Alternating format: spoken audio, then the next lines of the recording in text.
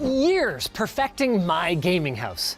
So imagine then my disappointment when I found out that Kenton Varda not only beat me to it, but built it better than I could have dreamed.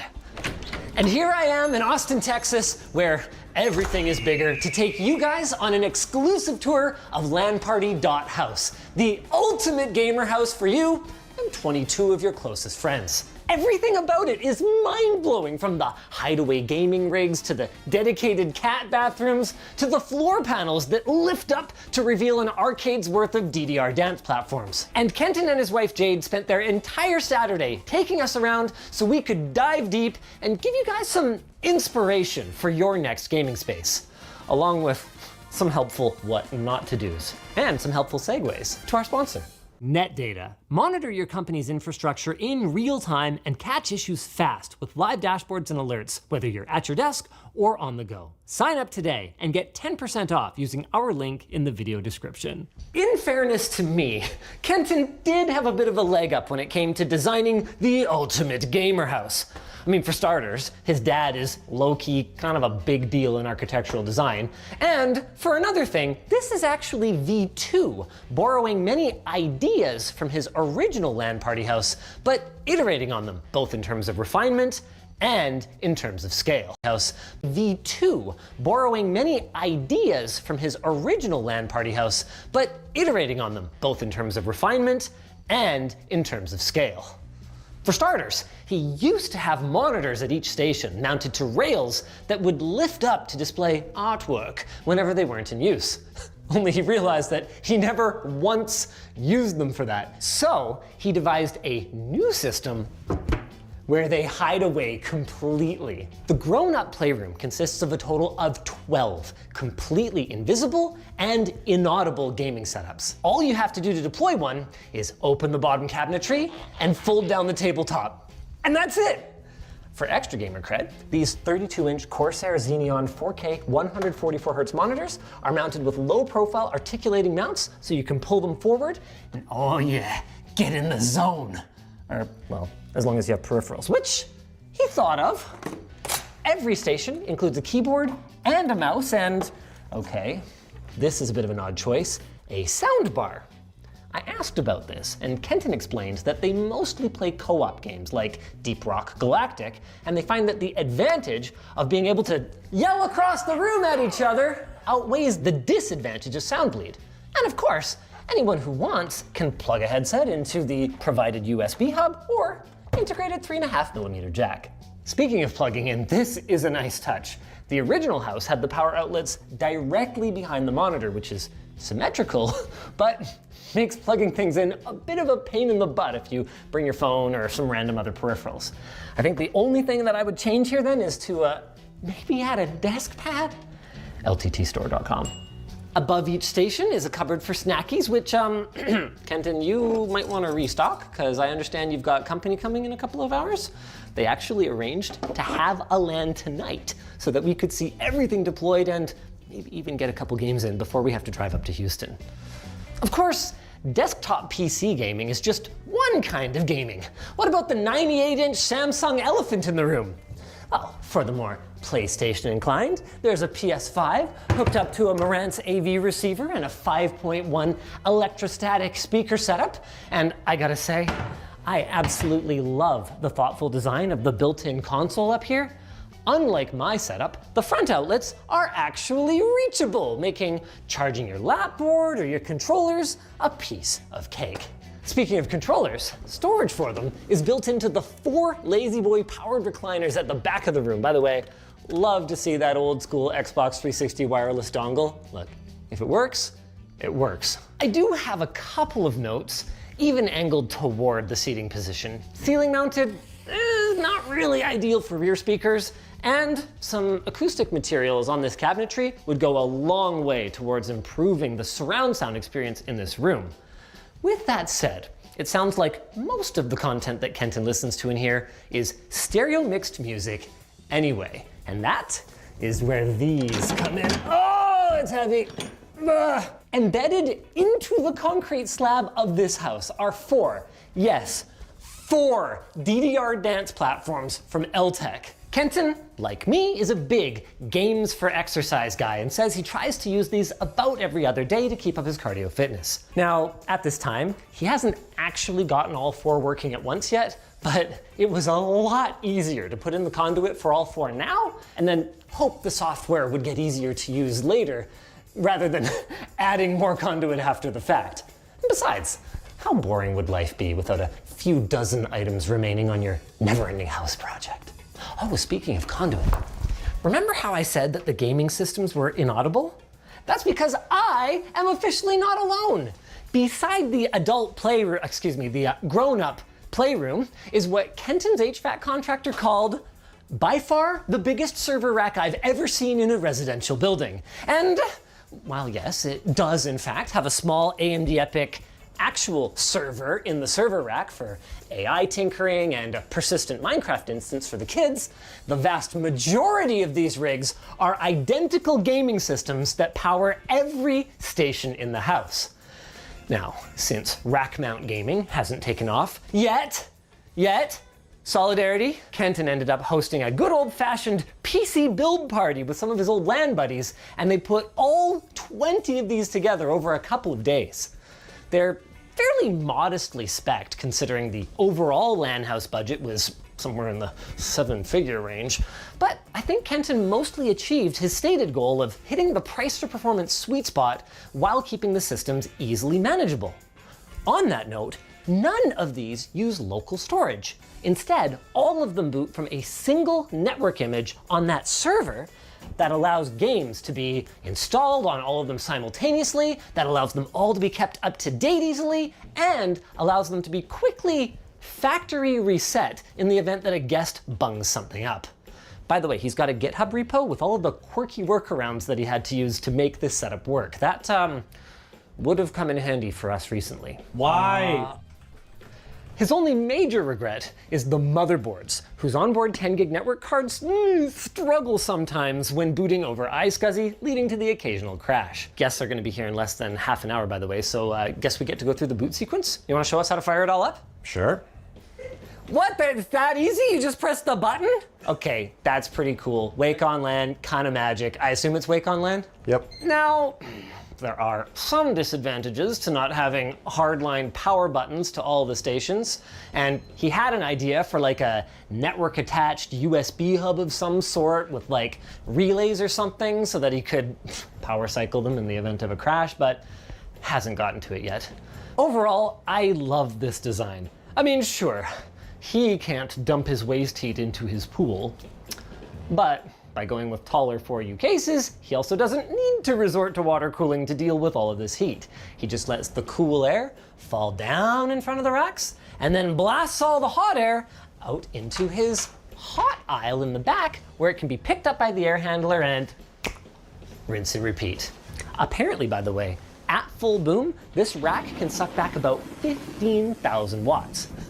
Thankfully, most games don't push it that hard, and Kenton has a large solar array that in February generates around 75 kilowatt hours a day, so I guess that takes some of the sting out of it, but for those wondering, yes, a lot of power, and also a lot of networking. Let's talk about that. A full Ubiquiti setup might seem a little overkill for home, but hey, if you got the budget for it, boy is it ever nice. The AI object detection in their PoE cameras helps Kenton sleep soundly, alerting him if anyone approaches the house unexpectedly, and all of these systems are wired up for 10-gig networking with PoE all over the house for cameras and Wi-Fi. Kenton acknowledges that most setups at this scale would probably use a patch panel and would probably benefit from better cable management. But as a software developer, he says he just plumb wasn't familiar with them, and the RJ45 terminations directly into the network equipment hasn't really bothered him. I am going to pipe up with one other note, by the way. A 208 volt network monitored PDU probably would have been a good choice rather than a pillar with power plugs in it. Maybe a battery backup? But if I'm being realistic, for periodic gaming parties, this is probably fine. Like me, Kenton is using fiber optic DisplayPort cables to go from his systems to his monitors all over the house, and he's been really happy with his Monoprice Slim cables. The longer runs to the upstairs are apparently working great and are like 100 feet. But unlike me, Kenton is using fiber optic USB cables to powered hubs for his peripherals, and he says sometimes these can be a little flaky, but they are much more affordable than Thunderbolt or Icron docks. Coming back out of the server room, we didn't really show the Tinker Space yet, and there's a bunch of cool stuff in here. Old Nintendo Power magazines, a broken Dell 8K monitor, and I love this touch. All of Kenton's systems, other than his personal Debian Linux development workstation, are named for Mega Man bosses and have static network assignments that correspond to the boss's numbers. So if you need to remember an IP address, it's as simple as consulting the Mega Man wiki. Flawless. The last room in the basement is not for people. Well, not for regular-sized people anyway. Nope. The LAN house has not one, but 2 dedicated kiddie bathrooms with pet doors and 24/7 negative air pressure outdoor venting in order to keep litter and litter smells out of the rest of the house. This also happens to be where Kenton keeps his trophy that he won for arguing on the internet. Good job. Moving up to the main floor, what about second giant TV? This one's not quite as big, but given that it mostly gets used for Animal Crossing and duck game with large groups, I guess that's probably okay. At least for now. Since he had the opportunity to design and build the place from scratch, Kenton put conduit everywhere. That means that in the long term, nothing would prevent him from running cables down through the back of this and running this off of a PC in the server room. By the way, since we're in here, I love this. If you look closely from now on, you're gonna notice that everywhere that a normal house, or even a gaming house, would have had 1 network port, Kenton put 4. That's because the price difference that the contractor quoted was only about 20%. So Kenton was like, okay, I guess I'll just put an access point anywhere I want. He apparently has like 8 or 10. He lost count. Surprisingly, the main bedroom is apparently pretty plain Jane, other than, of course, having conduit back to the server room, just in case. But the kids' bedrooms are amazing. First, there's this kitty shelf in the family room that actually goes between them for late night visits from the cat, while still allowing them to close the doors for privacy. Then there's this incredible loft bed setup, and of course there's conduit back to the server room for when the kids are old enough to need powerful workstations. Should I be the one to tell them that they all just use Chromebooks now? I'm not gonna tell them. This drying rack is awesome. It's not gaming, but I thought it was cool, so let's head upstairs to the office. It's a little ironic that Kenton only moved here to be closer to Cloudflare's Austin office and now primarily works from home ever since COVID. But hey, at least he got this house out of it, and it's amazing, with this room being one of the best. The his and hers workstations here both use Samsung Odyssey Neo G9 monitors, which essentially are 2 4K monitors built into one and wrapped around you, and both have Kinesis keyboards for better ergonomics. Like any Dvorak user, Kenton pointed out that he uses Dvorak, but no, he does not actually recommend it because he has had to personally code utilities for multiple platforms now that automatically switch to a QWERTY layout when he holds the control key so that he can reach copy paste for crying out loud. What he does recommend though is the ability to seamlessly move his mouse between his work tower and his personal machine using an application called Barrier. And because this monitor is super cool, it allows you to assign more or less of it to each machine depending on the focus of the day. That is actually a pretty strong argument for this thing versus 2 equally sized 4K screens. Great flexibility. There's also another TV in here, although it mostly gets used for music via Google Chromecast. And there's a boardroom table that, wait, no way, also converts into LAN gaming paradise? You have got to be kidding me! In total, that puts this room at another 8 gaming setups, all of which are wired down to the server room through a cable run that goes right down the middle of the table, like a regular conference table. That means no heat and no fan noise that's kicking out into the room from any of these, even with a full house. This space also gets used for tabletop gaming though, so keeping it thin was a priority. And keep it thin they did! Fun fact, by the way, Kenton designed this table himself in SketchUp and then had the cabinet maker bring it to life for him. Man, I gotta do more stuff like that. Then maybe I too would have a secret drink fridge in my home office. So cool! Literally. As for the rest of the upstairs, it continues to be gamer AF with a couple of call rooms with essential features like quad Ethernet ports and conduit down to the server room. The one has a treadmill so that you can be that guy on the conference call whose head is bobbing around. And there's also a couple of guest bedrooms, because occasionally folks will fly in from out of town for get-togethers and gaming parties, and it's nice to be able to accommodate them on site. Both of them, naturally, also have 3-inch conduit back to the server room and networking up the wazoo, but the thing is, when you're running optical display port or whatever, it's kind of necessary to have a big conduit if you want to get the connector through. Now, I noticed that Kenton, like me, irrationally put Cat6a absolutely everywhere, which is always a funny conversation with contractors who go, I mean, yeah, I'll take your money, but like, I hate working with this stuff. Are you sure you don't want to use Cat5e? Please? IP address is... The last major tech feature is an intercom system to the outdoor spaces, but 8 dot. they work about as well as my light switches at home for the time being. They're SIP phones, and Kenton hasn't learned about SIP infrastructure yet, so all they do for now is broadcast their IP address endlessly until you press the button again, which apparently the kids love to do just to troll him. So in the middle of the night, he'll be like, is someone in our house? Shut up. All that remains then is to ask, how'd I do? I'm thinking of starting one of those like realtor YouTube channels where I tour the houses that I'm listing for sale. So this is kind of a trial run for me. Were you guys thinking of selling by any chance?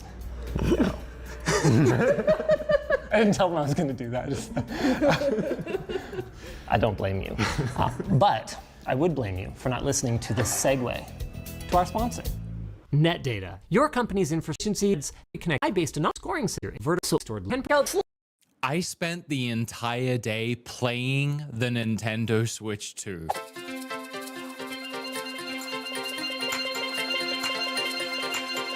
And it sucks that I had to leave and I don't have one anymore.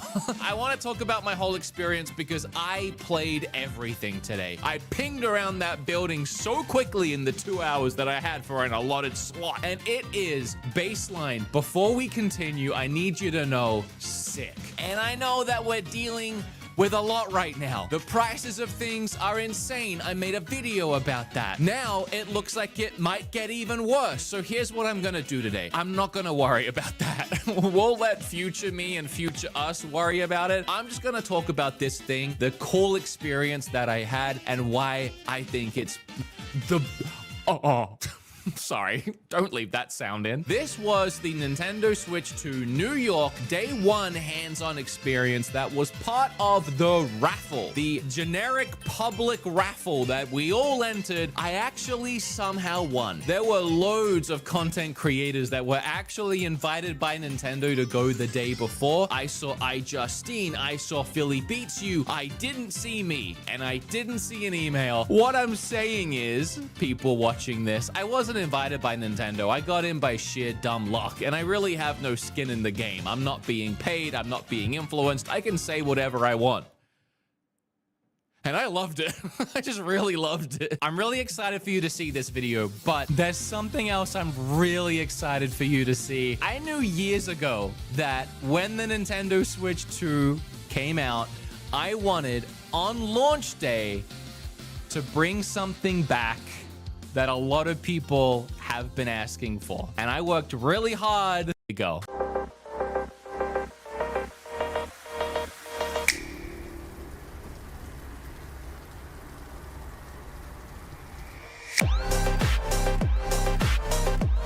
Been someone on Twitter, by the way, that has pinged me like every field. All right, baby, this isn't it. This is actually the first one. But if you missed it, I released a beat 'em ups Satisfy grip like 4 or 5 years ago. There's also a case. time and talk too much to me. The first time we released the grip in the case, they sold out in, you can use, I never, insanely big, and the new camera was insanely small. It's literally like this big. I don't know why it's 50, but it's so small. Also, up close and in person, the Joy-Cons look really nice. The color scheme, the blue accent, the red accent, it really is a very sleek and, dare I say, sexy looking console. And I might be weird I even said that word, but I'm not taking it back. Never been at anything like this before. It is crazy how decked out the room is. Like, there's architecture, there's painted walls, there's Switch 2 signage, there's all of these booths. It's really cool. I feel like I'm at Universal Studios right now. Like, it's really done up. Everyone's so Everyone's having a good time. After a little bit, we get ushered into the first actual game floor, and it was all Mario Kart. And Bob and I, we got pitted against each other, 1v1. I, of course, went straight to the cow. I came second, Bob came first, but we don't gotta worry about that. What we gotta worry about, we were playing Mario Kart in 1080p at 120 frames. We also got to play handheld here, and handheld being full resolution 1080p, it's flawless. Like, it's honestly a flawless experience when you're playing it handheld. TV's much of the same. The HDR looks so nice, and I've seen people saying this online on Twitter, and I really want to echo it here. I think this really high pixels per inch LCD bigger screen with HDR actually is producing better colors and visuals than the OLED. Where the OLED has an advantage is just in those deep, rich blacks, but I think just in general, this screen looks so much nicer. After we were done with our allotted time in this section, they shuffled us upstairs into another Mario Kart room. But this room was crazy. It was the Battle Royale room. And they put 24 of us on one side, 24 on the other side. And then both sides of the rooms competed in a 24 Mario Kart Battle Royale, where it was one straight crazy course. And there were these checkpoints you had to race to. So the first 20 people to hit that checkpoint keep going. And then the 4 losers, the 4 suckers, they don't get to keep playing. Also, this Battle Royale mode is the first time today I'm using the new Pro Controller. It's really nice, really great, not that different. I mean, the old one's perfect. What are you gonna do? And unfortunately, the guy that has a channel all about Switch, lost immediately. I didn't even qualify in the first 20. But I was a little busy. I was trying to get my glasses to record, and I was trying to film on my phone, and I didn't realize that I had to be quick, and I realized way too late and got knocked out. But I took it as an opportunity to go over and film Bob, and Bob did great. I'm going really hard right now, but I am not good at this game. We had a really nice lady over there, and she was like, "You lost, but did you have fun?" And I was like, "I guess." He almost won. He got to like the last 10. But this mode is so creative and cool. I really do love the idea. But a couple other things I really liked about the game that I found out is when you're racing in the standard cup mode, after a race ends, you then race to the next course and then do the course. Because it's open world and all the Mario Kart courses are like situated in the actual world, yeah, after a course ends, it doesn't just automatically move you over to the next one. It's part of the race. Oh, also something I should mention, you'll see in the footage where I'm filming this guy, really nice guy. He has a YouTube channel as well, and he had a camera with him. We were intrigued by that because we were told we weren't allowed to bring cameras in. So everything you're seeing was recorded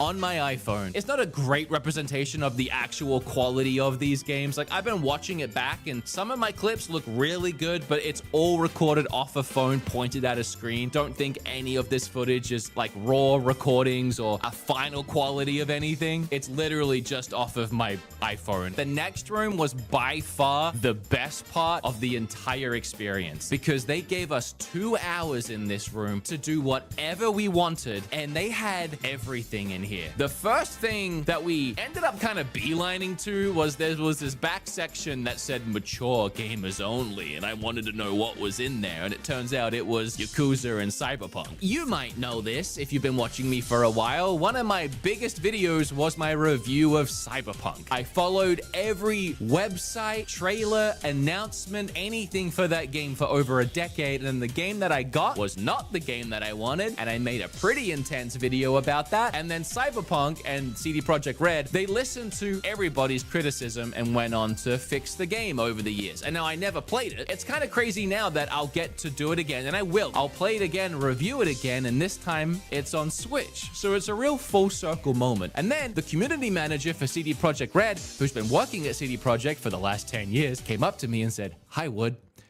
I've seen your video."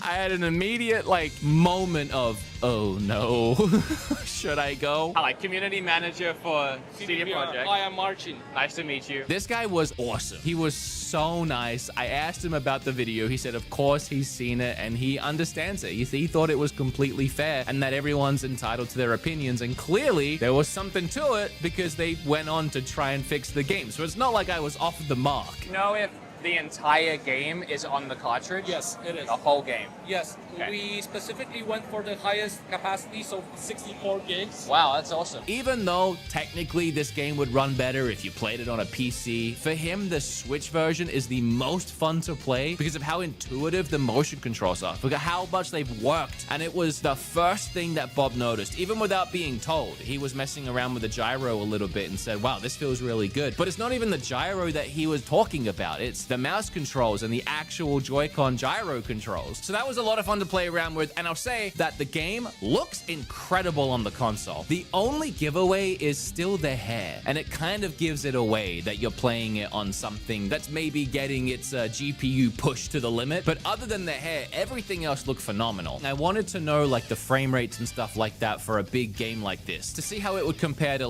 the Steam Deck version, and he said, It's been tailor-made for the Switch 2 hardware. It's Okay. utilizing all its features that we can to get the best performance, get the best experience. In quality mode, we're targeting 30 FPS, and in performance mode, we're targeting 40 FPS. it looked fantastic, and I'll say that the 30 frames was super consistent. It's just not my favorite. Still not the best, but even games like Monster Hunter Wilds runs at 40 frames in the balanced mode on PlayStation 5, and that extra 10 frames does go a long way at smoothing out the 30 frames. But it is a game that historically does not run well on handheld consoles. So the fact that it's even running as well as it is on Switch 2 is pretty impressive. Immediately as we walked out of the mature content section, we literally went the complete other way and walked to GameCube content. Bob and I went one-on-one on Soul Calibur. What do you want me to say? It's Soul Calibur. It was awesome. I played as Link and I beat Killick. That's how you know I'm good. Bob also had me turn on the CRT scanline features that make it look like you're playing on an old TV back in the day. I turned it off when I tried Wind Waker, and let me tell you, you guys are gonna love it. It's Wind Waker, but in 4K. This is just the straight GameCube version, but honestly, this game is timeless, ageless. The HDR, which by the way, you still get when you play docked, and the HDR was HDRing while we were playing Wind Waker. Also, I got to use the GameCube controller here. It's a GameCube controller. You probably know what to expect. The only differences are there's a ton of buttons at the top. They put the capture button up the top. Other than that, it was a normal GameCube controller. Usually it would be wireless, but here it's plugged in so I don't steal it. And to be fair, I was thinking about it, even though both Bob and I had a lot of fun today, and we had a couple highlights, and we haven't even got to one of them yet. Metroid Prime 4 was probably the one that Bob and I kept talking about for the rest of the day. I played Metroid Prime 4 today in 120 frames. It felt like I was sitting at a high-end PC. This was the moment where I really realized, especially after coming off of Cyberpunk. My immediate impression of some of these games is that, just like with the Switch, the Nintendo-made games, the first-party games, they're gonna look phenomenal and play insane. And the third-party big games, kind of like how we had Witcher, they're gonna try their best to utilize the hardware, but people are still gonna have complaints, I think, about some of those experiences. That's not to be negative, because ultimately being able to play them portable is, in most cases, is worth making, in my opinion. But coming from that 30 FPS Cyberpunk to the 120 FPS Metroid, I mean, it was whiplash. The biggest thing here that you might be wondering, when you switch between the mouse mode and then pick it up, seamless transition. So this is how instant mouse mode is. You see the little reticle in the middle? Oh, That's how quickly it knows that you're doing mouse mode. It is completely seamless. So Bob wanted to go and play this pack-in game. I gotta be honest, no interest from me whatsoever. So I left him to that and I walked down the aisle a little bit, and at the very end was Hogwarts. Now, I know, not everybody's favorite game, but the Switch 1 version was notoriously pretty rough. I mean, this was one of the most ambitious Switch ports we ever got, and for that alone, I do appreciate what they tried to do. So this was one that I was really curious in checking out, just because it's such a one-for-one comparison for what the new Switch 2 can do. And I'm gonna sound like a broken record, but holy moly, visually really nice, really good. I was even flying around the world for a little bit, and it is honestly quite, I've used the word baffling, bizarre, awesome. For this, I'll say impressive. After that, I walked back to Bob and saw him playing the pack-in game, and he was kind of just walking around, a little Joy-Con, and then he played this game where he had to guess the frame rate. What a game. It's cool that it shows you all the cool stuff that the Switch can do, but put it in the box. I find it funny that this is even a thing Nintendo are doing, and it's weird because how do I explain this? Every time Nintendo makes a new console and then they do the pack-in game or whatever game it is that kind of uses the hardware's new gimmicks, it's just that. Like Wii Bowling for the Wii motion controls, Nintendo Land with everything that it did. You get it. But this time around, it seems like the gimmick for Nintendo is 120 frames and how many pixels we've got and 4K. Because I even saw him playing a little mini game in here where as he was going along in a Mario world, he was like getting bigger and bigger pixel resolution on the screen, and it was telling you what the resolution was. So these like mini games that usually are about the hardware's gimmicks, the gimmicks were look at the frames. Why I think this is funny is because I think Nintendo thinks this is the gimmick when it's just normal, not really a gimmick, to be honest. And if I could be a little critical, neither is the PlayStation 2 iToy, a mouse that was on every 90s computer ever, and game chat. Like I wasn't sat in a Ventrilo server 15 years ago with my high school friends. Oh, I guess it would have been more like 20. Ugh.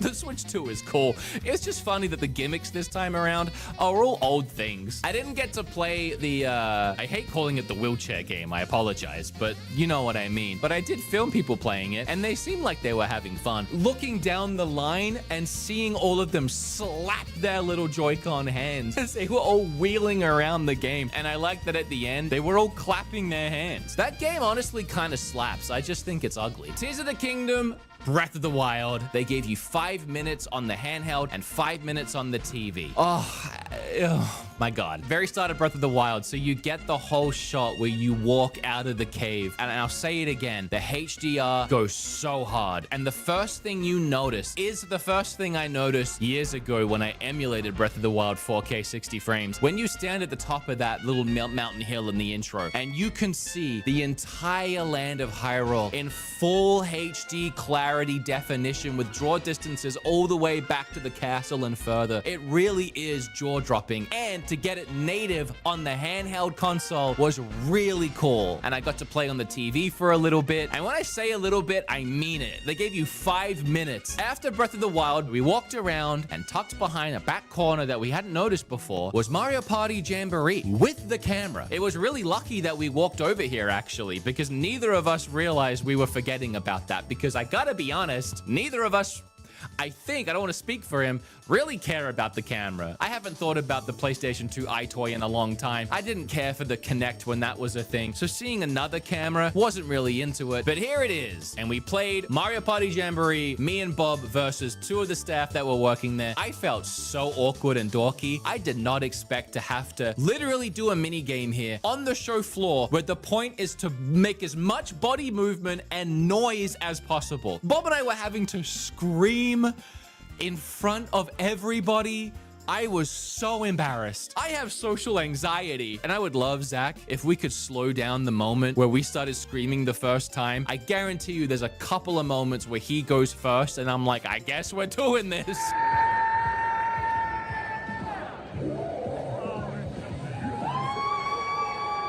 We just played the Mario Party iToy game, and it was thoroughly embarrassing. I had a great time. But I will say it was fun.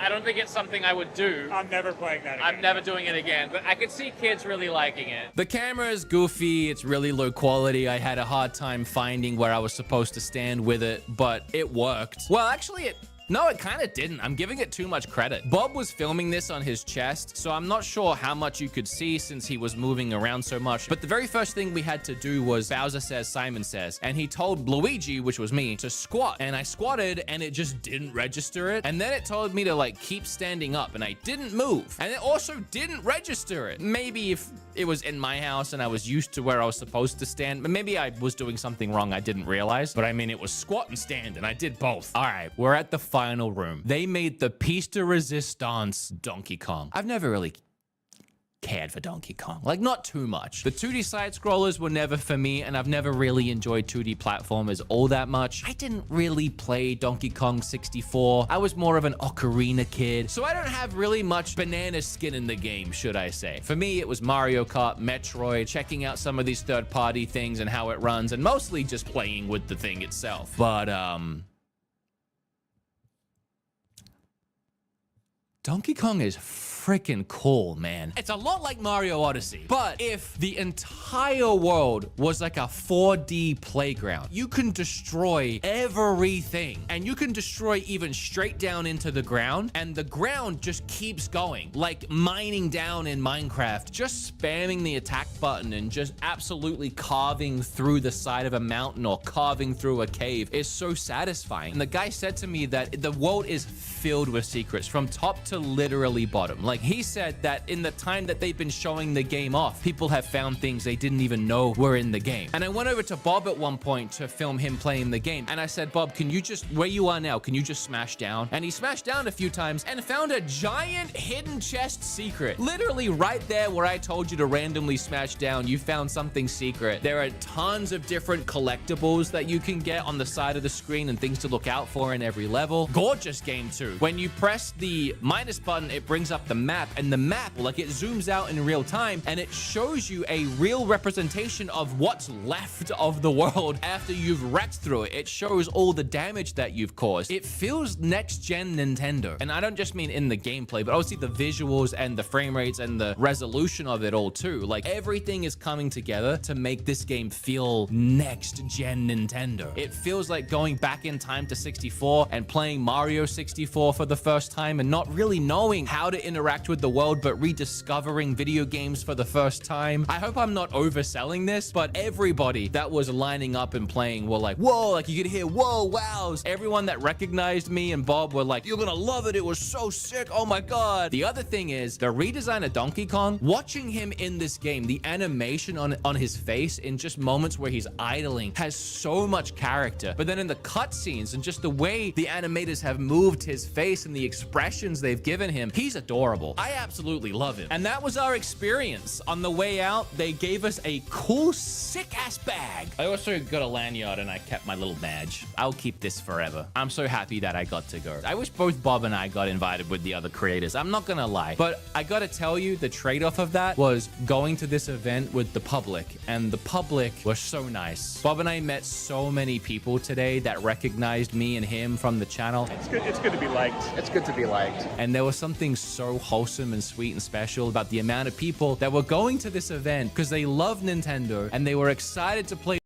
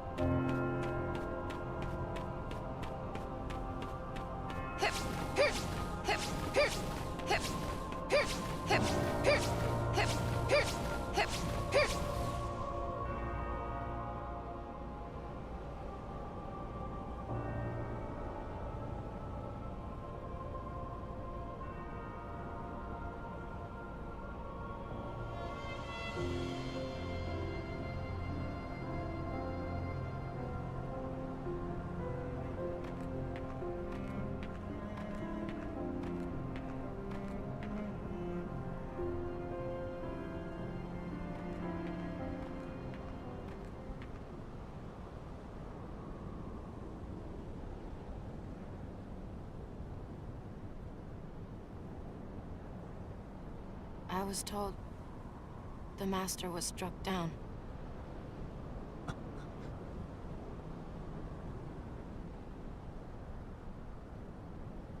Yes, that's right. I was stupid and helped Xehanort do it. The Master. He tried to hurt Ven.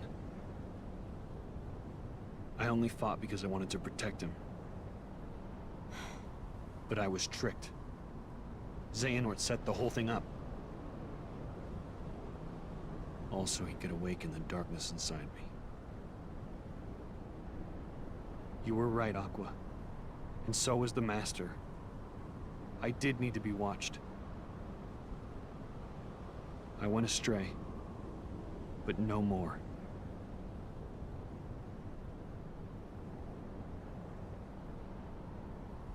What else is darkness but hate and rage?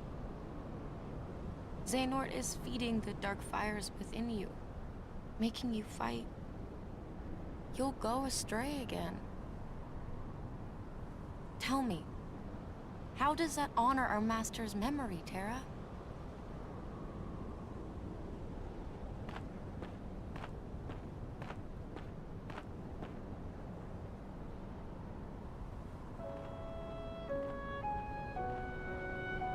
Xehanort wants me and Vanitas to fight.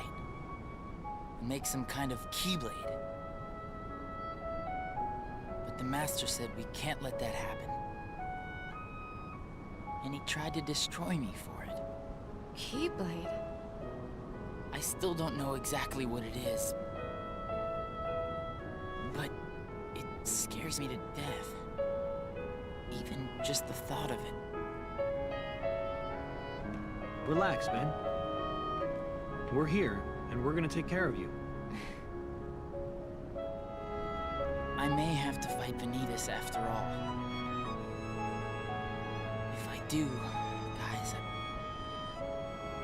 I want you to... The three of us can never be torn apart, all right? I'll always find a way.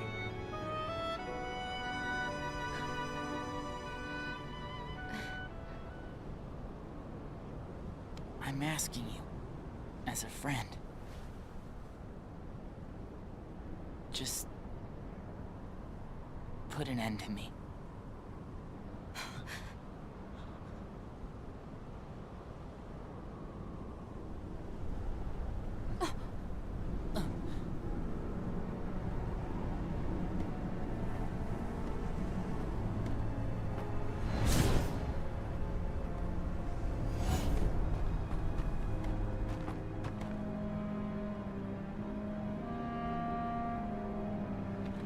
Behold, these lifeless keys used to be full of power, united with the hearts of their masters. On this barren soil, Keyblades of light and darkness were locked in combat, as a great Keyblade war raged. Countless Keyblade wielders gave up their lives, all in search of one ultimate key. And it will soon belong to me.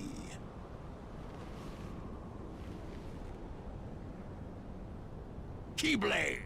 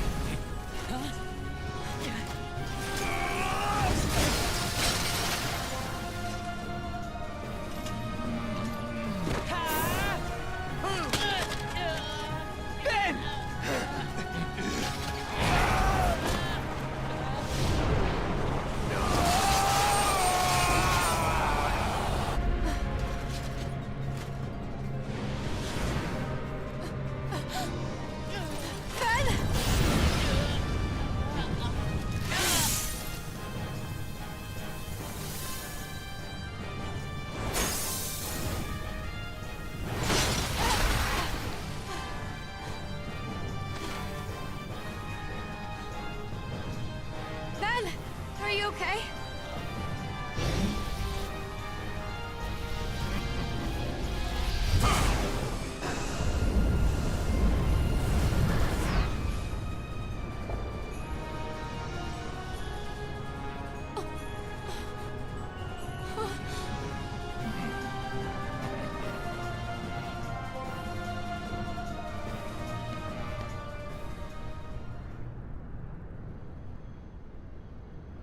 How about you leave the popsicle with me? So you can go have your little fight with Terra. You can't be too happy about him deep-sixing your master. Who are you?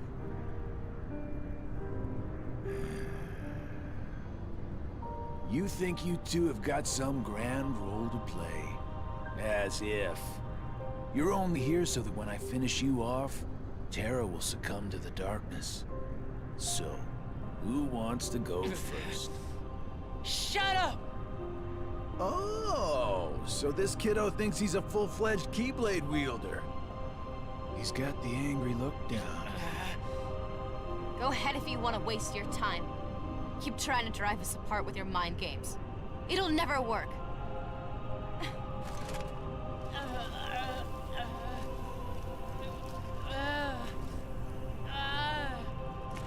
Terra will prove to you he's stronger! Aqua!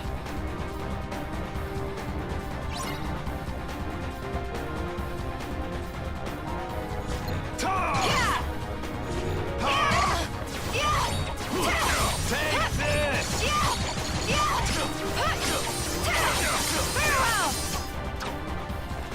Fire!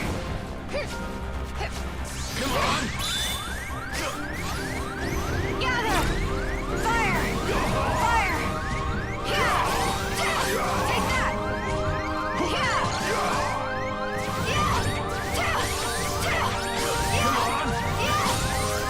Nice going there!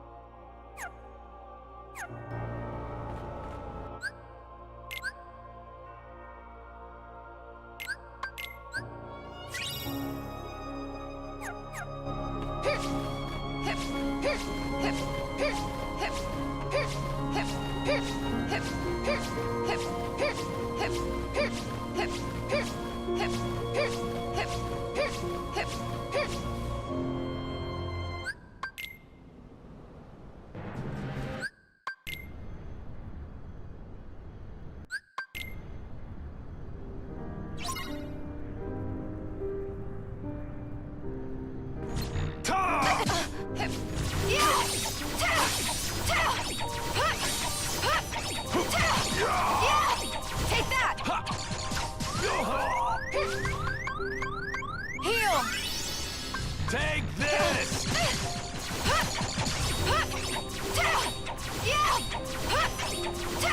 Come on!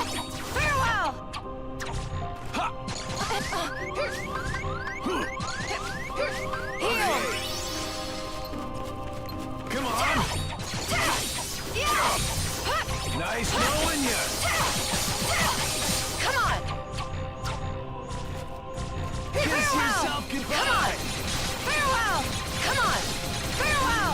Come on! Farewell! Come on! Come on!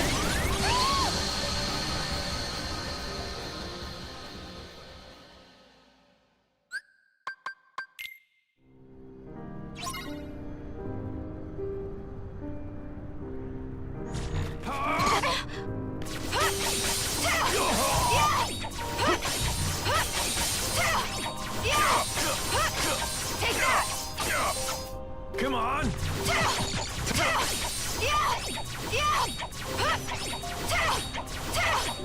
Take this! Come on! Farewell! Come on! Farewell! Take Come on! this! Farewell! Come on! Nice knowing ya! Farewell! Heal! Kiss yourself goodbye!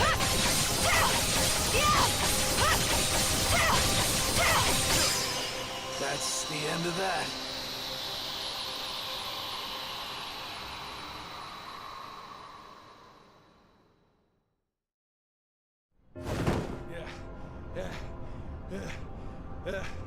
I keep forgetting don't mess with Keyblade wielders. But you know what? That just means I made the right choice. Well, he wanted me to buy time, and I'd say he got it. What? Ven!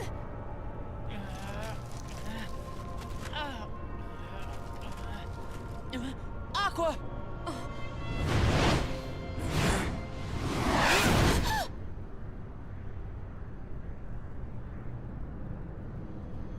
I'm asking you, as a friend, just put an end to me. Gosh, I'm glad you're okay.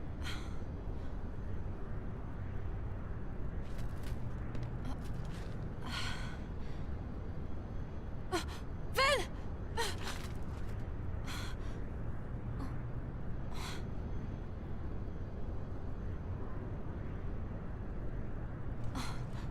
Oh, thank goodness. Ven! You're safe! Ven? Oh!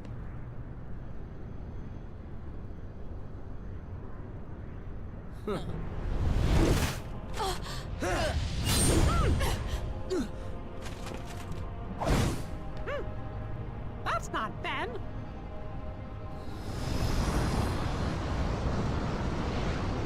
Correct.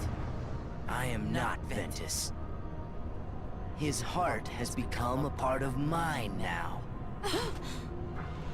This Keyblade will open a door. One that leads to all worlds. Then, Keyblade-bearing warriors will flock here from each and every one of them to battle for the light within Kingdom Hearts. And just like the legend says, the Keyblade War will begin! Shut up! I'm sick of your nonsense. Give Ven his heart back!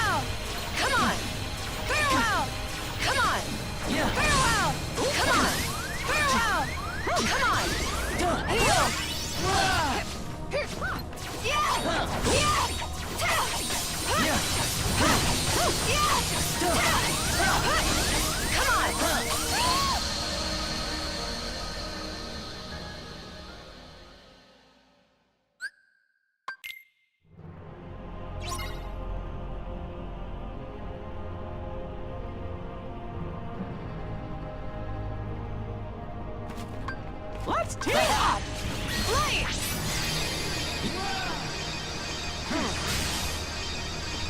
Take that!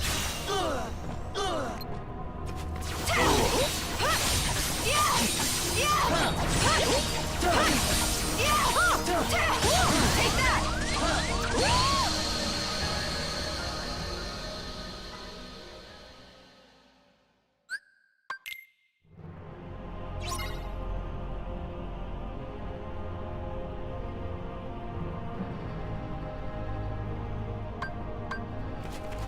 Let's team up!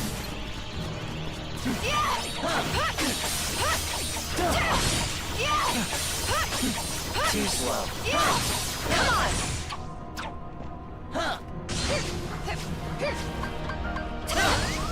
Heal!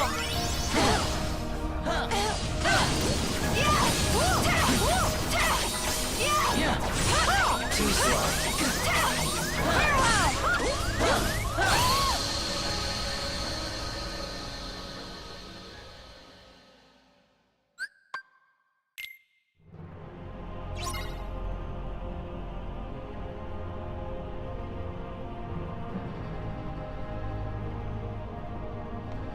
Let's team up! Too slow. Too slow.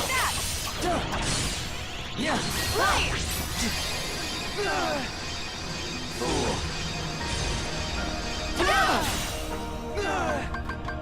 Heal!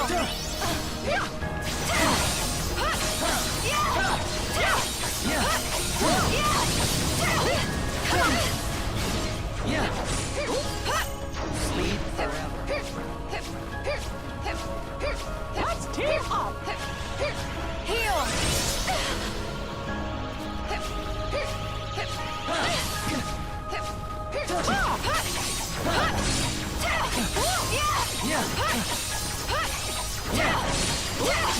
Come on!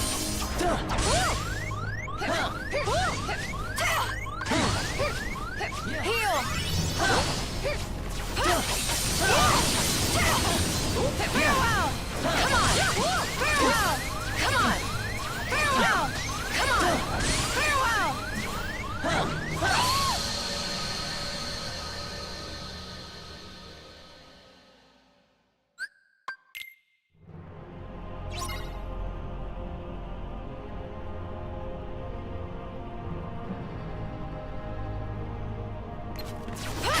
Let's team Too up! slow. Too slow. Take that! Yeah. Heal! Come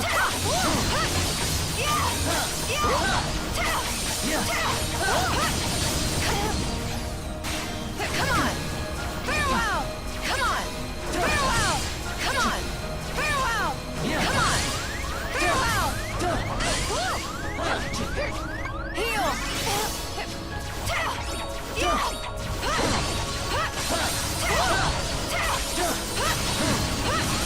Take that! See how powerless you are. Heal! Too slow.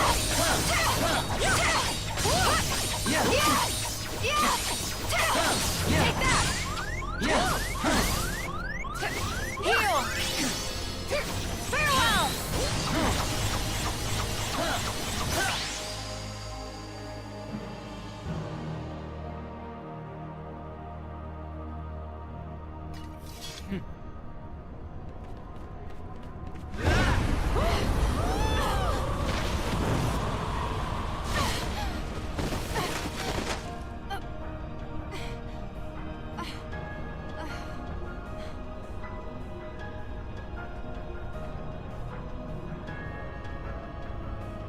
What's wrong?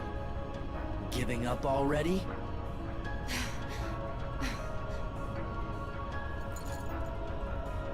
Tara. Ben. Lend me strength.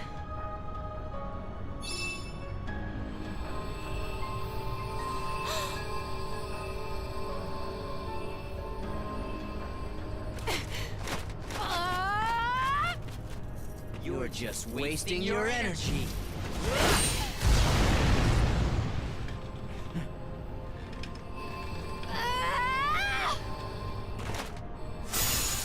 What?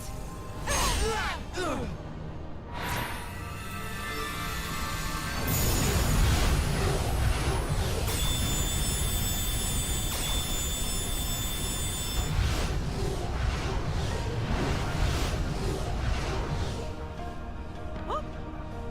Oh no! It's gone all haywire!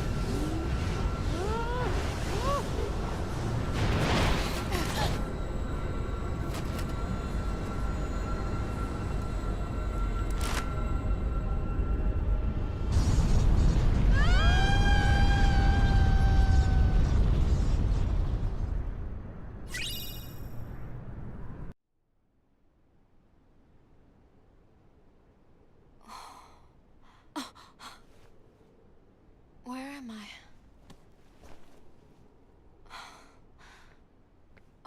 Aqua, you lost consciousness. Fortunately, Mickey found you and Ventus drifting in the lanes between, and brought you back to me to receive proper care. I am sorry, but there was no sign of terror. I see.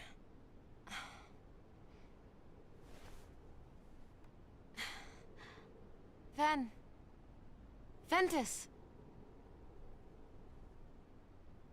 The boy's heart is sleeping. When will he wake? I could not say. It is almost as though his heart has left. Should it return, he may very well wake. Should it not, then he may sleep like this for all eternity. No. I'll keep him safe. Until he wakes. Forever if I have to. I will tell you what your friend needs right now. It is not your protection. He needs you to believe. You see, Ventus's heart hangs in the balance. It sleeps in the place between light and darkness. From all I can perceive, that means he will be looking for a friend, one who believes in him, to show him the way home. Just as long as you love him, then Ventus will be able to find you when he wakes. He can follow that love back to where he belongs. The realm of light. Ah. Don't you worry, Aqua. I believe in Ben too. Gosh, he's been as good a friend to me as anybody. And if both you and me believe in him with all our hearts, then he'll have 2 lights to follow instead of 1. 3 lights. Terra. But Terra's gone. Maybe for good. Mm-mm. I think I know how to find him.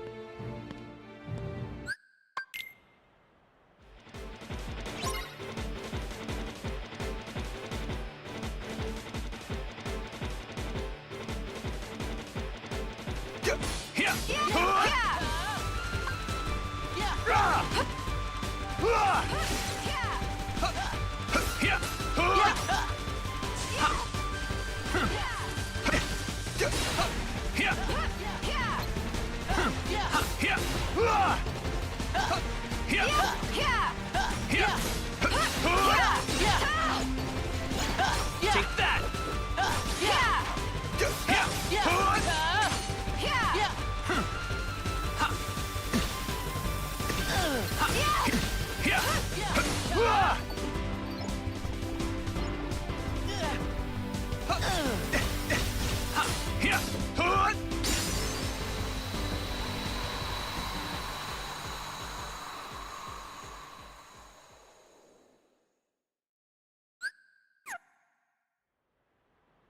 That was unexpected. There's darkness within me. So what does that matter? I know I'm strong enough to hold it back. Yes. You are indeed strong. The darkness has nothing to fear. Master Xehanort. And yet, how frustrating that Eraqus refutes its power. Why, you could train with him forever, and still, you'd never be a master in his eyes. But why? Help me understand, Master Xehanort. What is it that I failed to learn? You're fine as you are.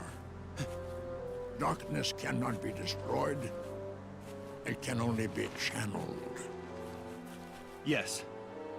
Thank you, Master.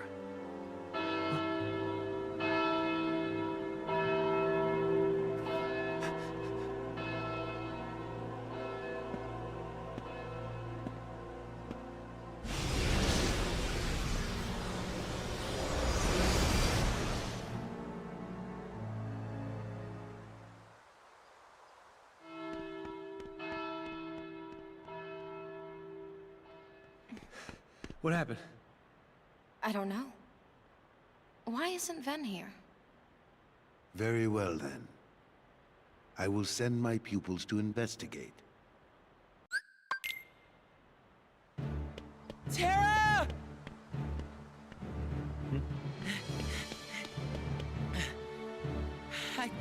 It's okay.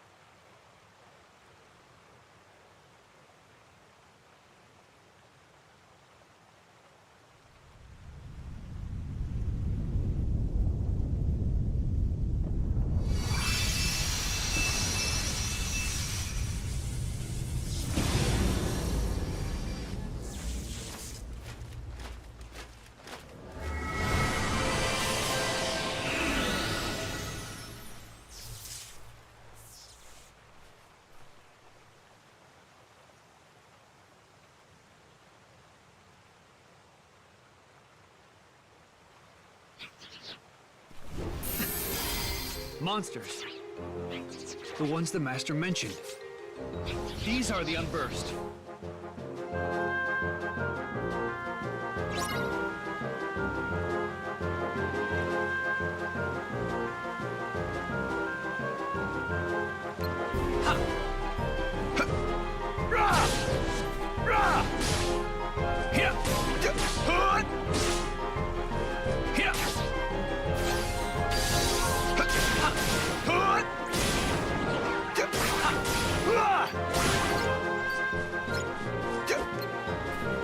Say goodbye!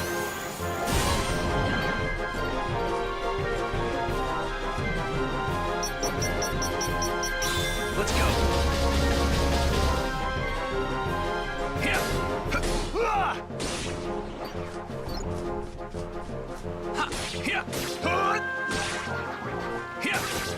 Take that!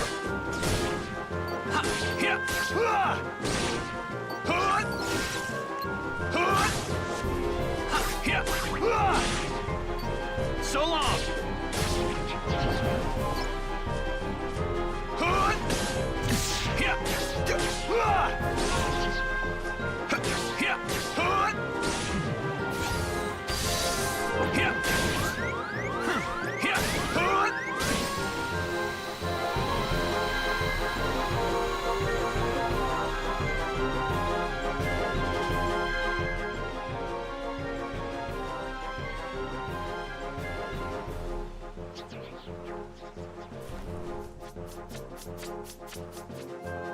No, you don't.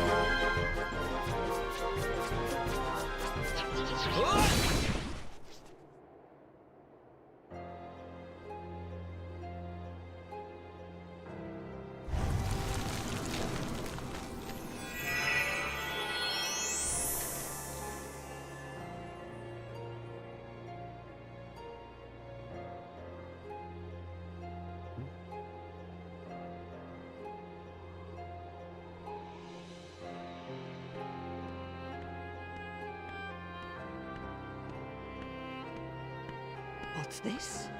Why aren't you asleep, boy? That fool Flora cast a spell to put everyone in this castle into a deep, deep slumber. Who are you? Why, I am Maleficent, as all who dwell in this kingdom would know. Now you must reciprocate the introduction. Who are you? I'm Terra. What do you know about those monsters? The ones who attacked me. Now why would I give a thought to creatures so base, so inconsequential? Well, they are base. That's for sure. Anyway, I'm looking for someone. Ever heard of a man named Xehanort? That name is not familiar to me. Is he an outsider like yourself? Oh, but wait. I do remember someone leaving the castle. Tell me, what was he doing there? I couldn't say. I can only be certain he was not from this kingdom. If you're curious, go see the castle for yourself. There, the entrance is past the bridge. Thanks. Perhaps he did speak about imprisoning the light. The light could be so many things. Could he have meant Princess Aurora? Aurora.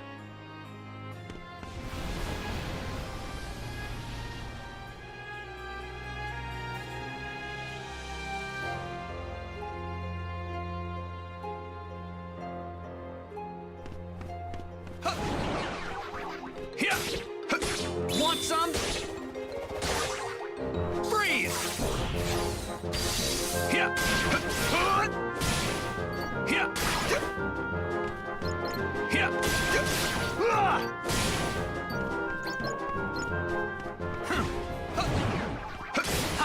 Say goodbye!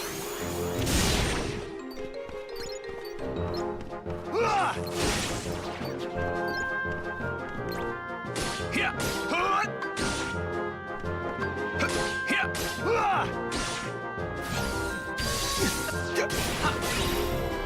Freeze!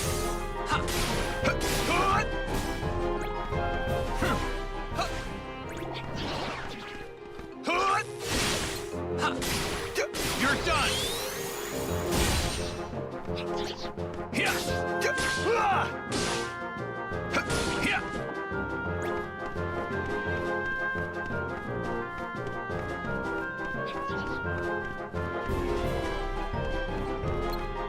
Here!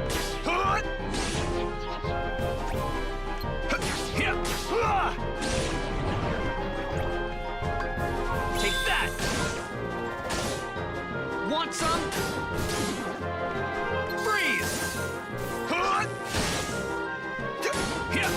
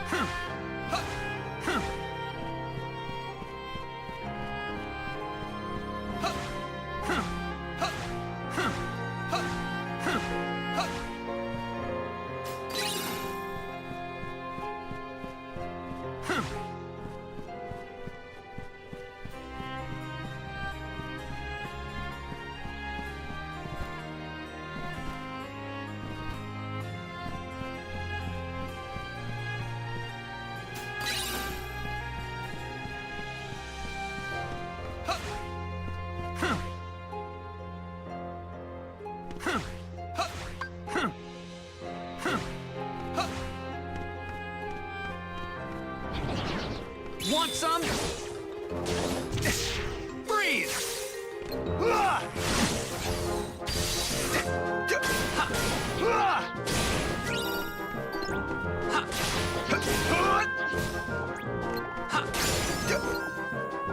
Say goodbye!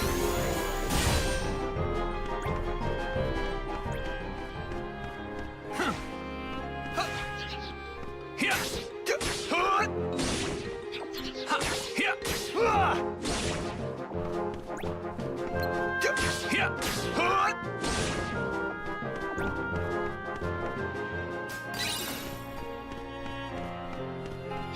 Take that! Here! Here!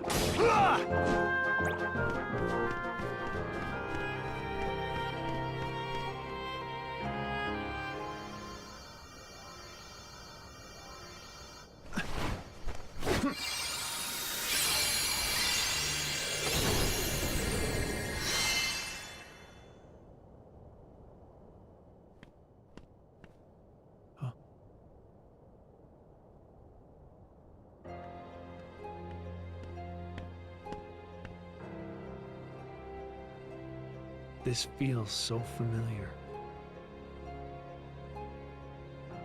Her heart is filled with light. Not the slightest touch of darkness. Just the kind of heart I need. For what?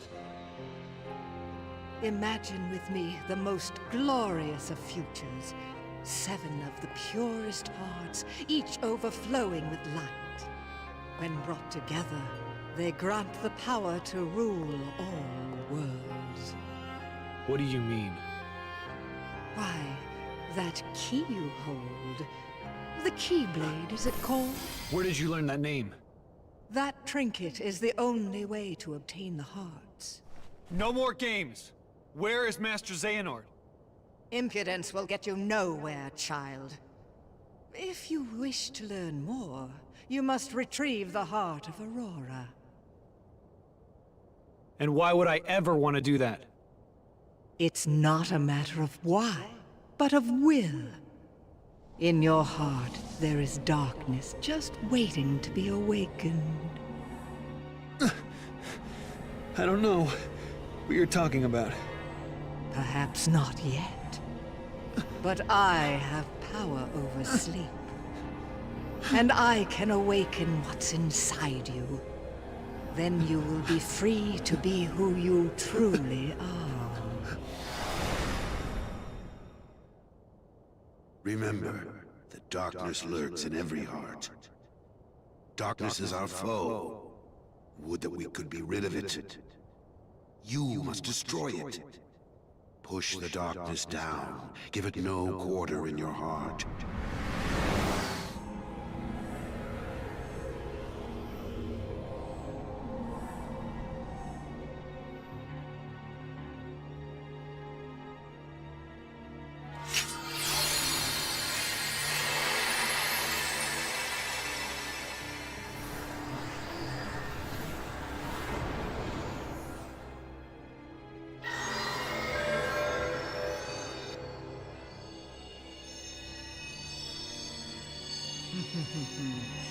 Here it is. Just what I've waited for.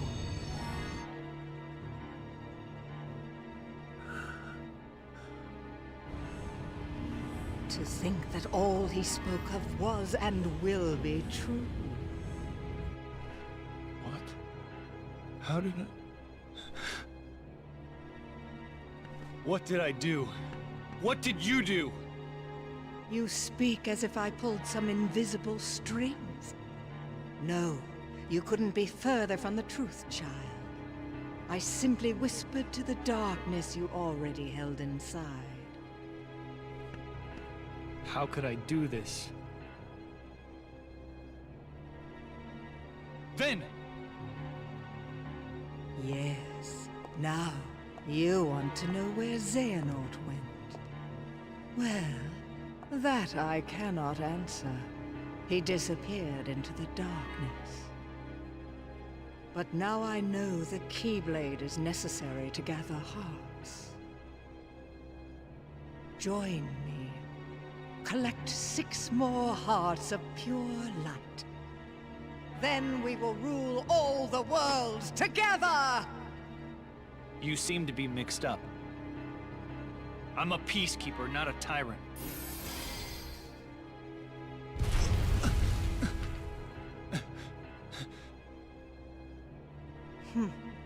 For a peacekeeper, you're off to an exceptionally poor start.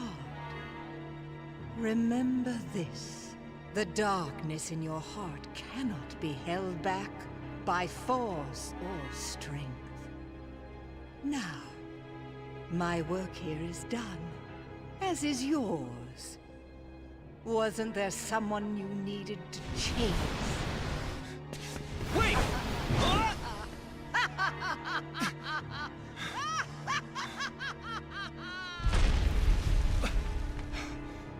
The Unburst. They're gonna bring down the castle. I have to do something.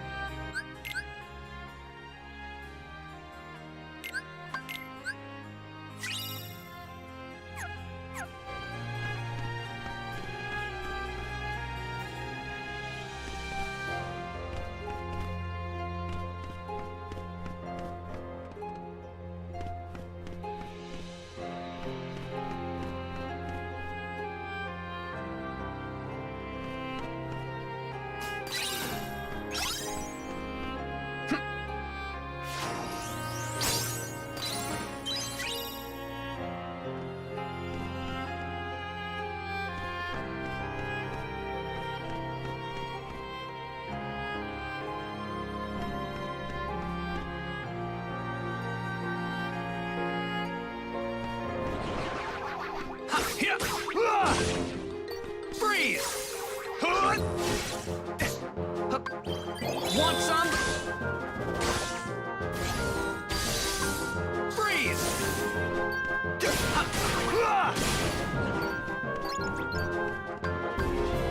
Freeze!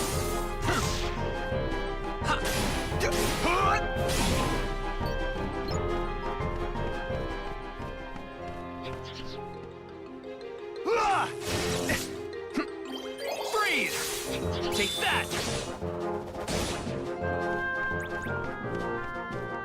Say goodbye! Freeze!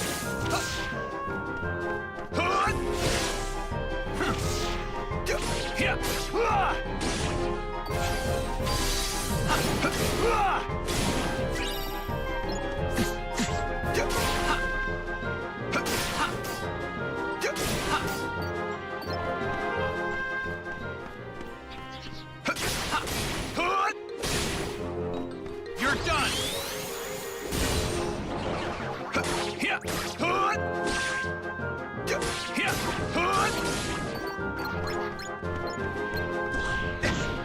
So long!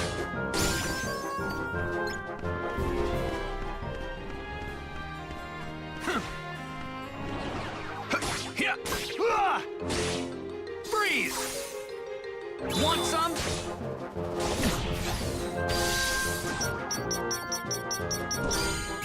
Let's go.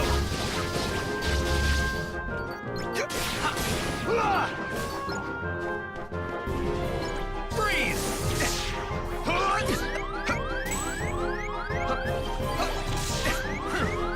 Freeze!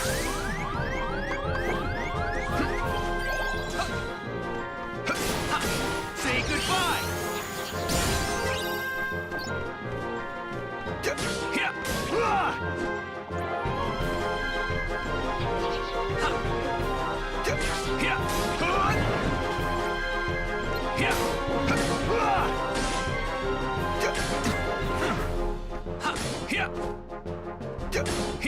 Want some?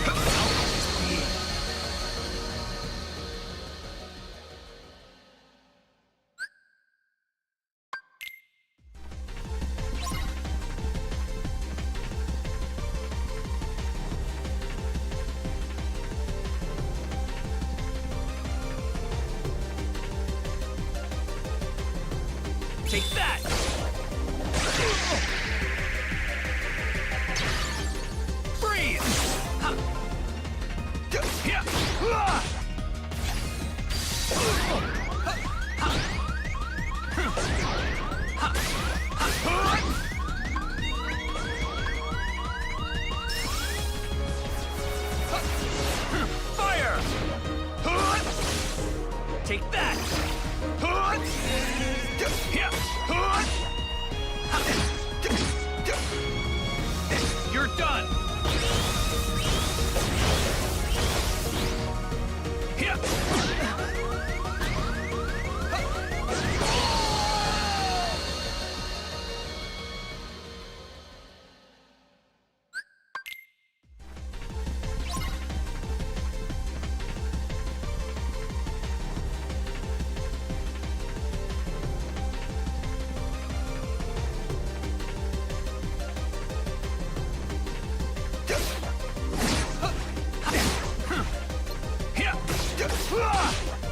Take that! So long!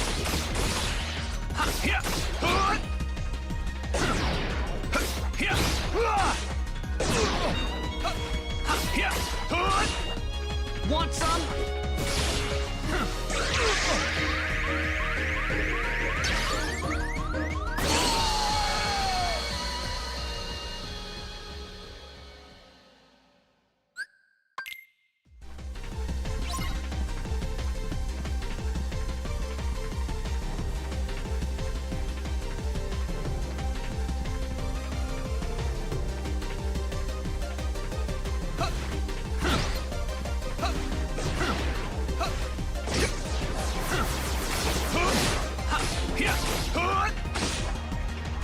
Take that!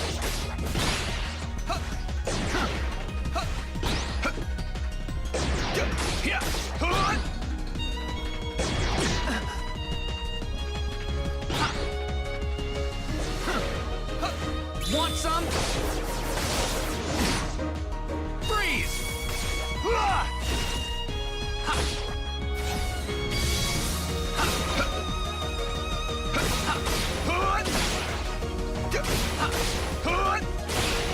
You're done! Freeze!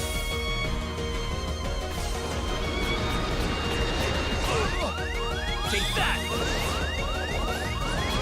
How can this be?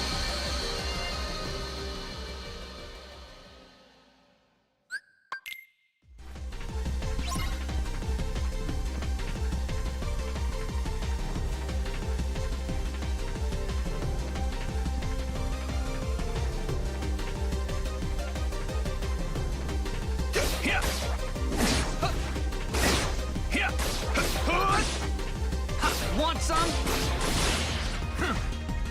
Want some? Freeze!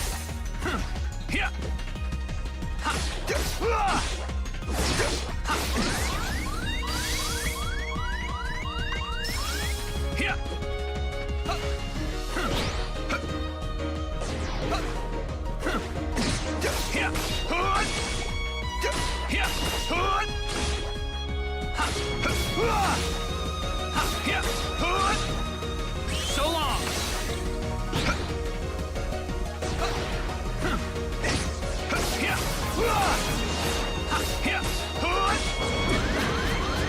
Heal! Freeze! Thunder!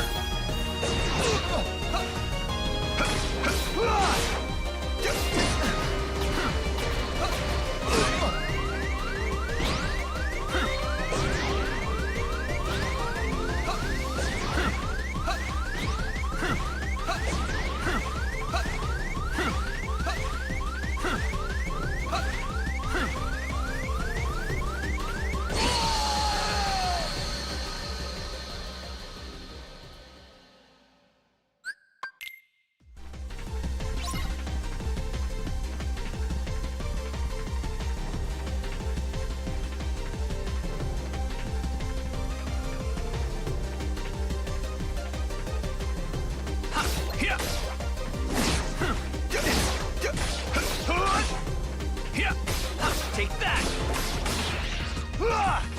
Freeze!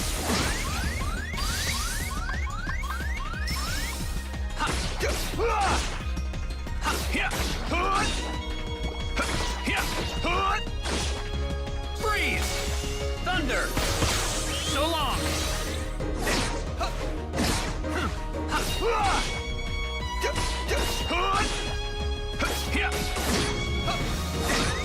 Heal!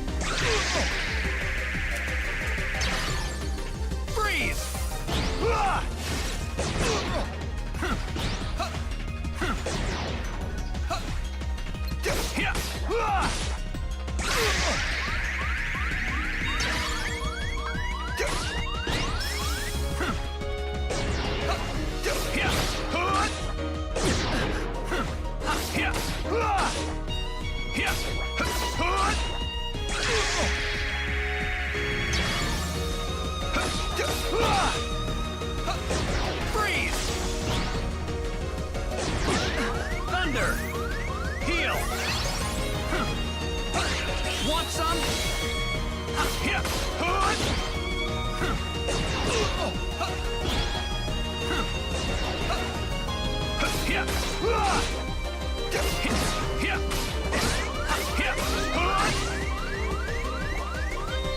Freeze! Thunder!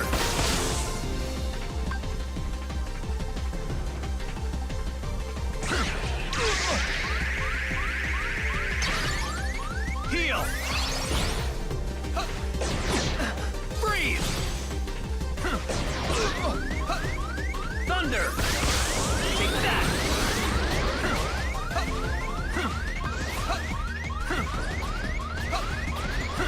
How can this be?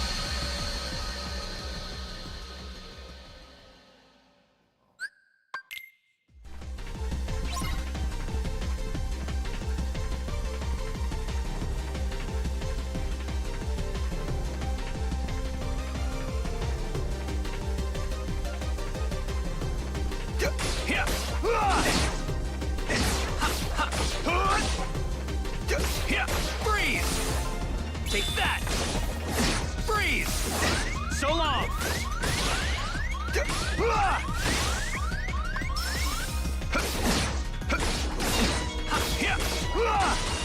Freeze! Thunder! So long!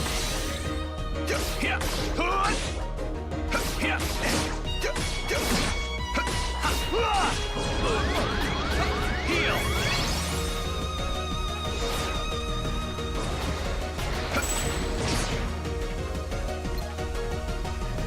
Thunder!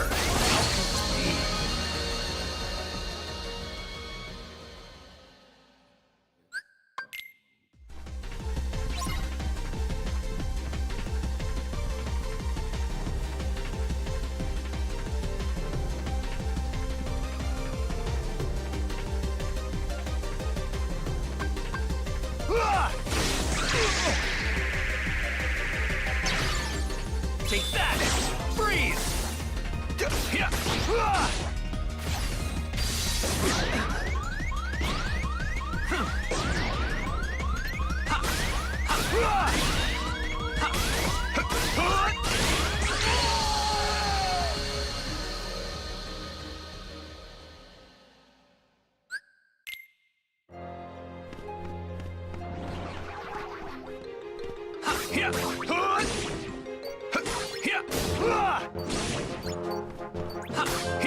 Want some?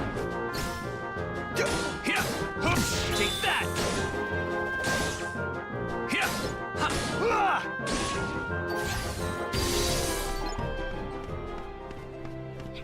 Freeze!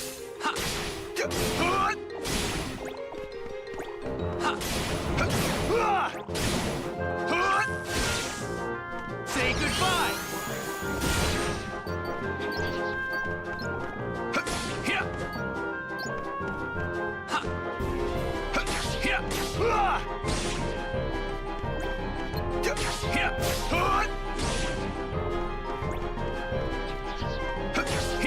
So long!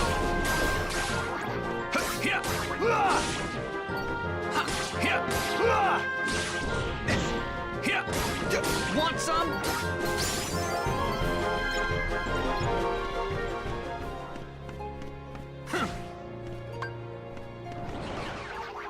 Freeze!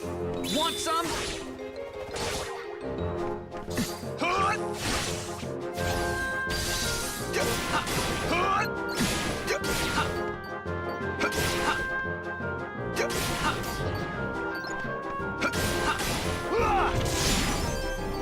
You're done!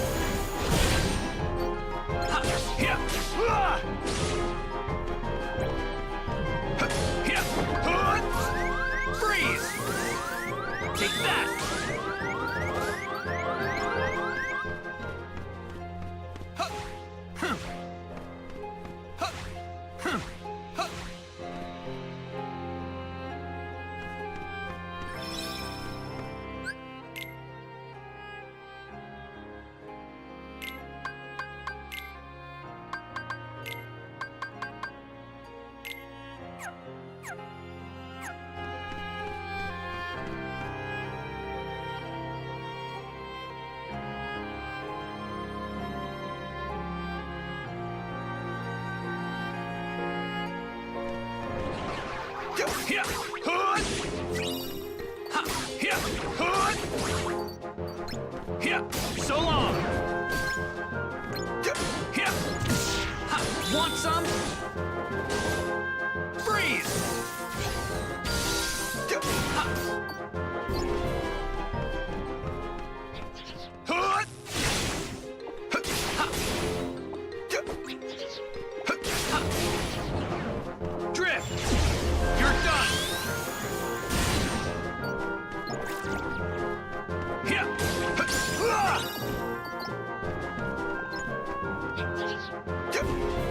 Ha. Here. Here. Hood.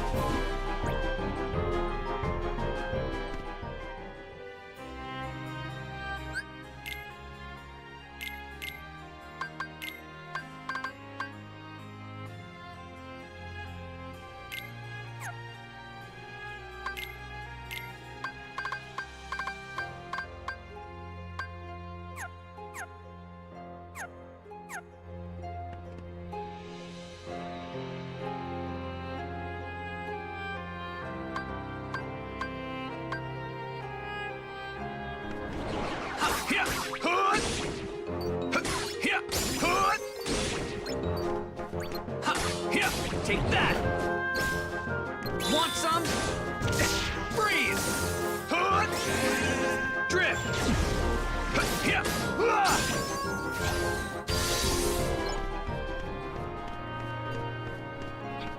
Freeze. Ha. Here. Ha. Here, you're done. Take that. Freeze. Once. Drift. Freeze.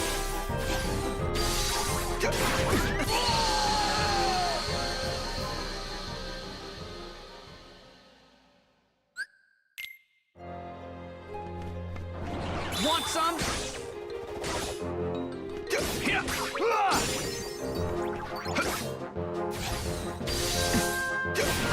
Hood. Freeze.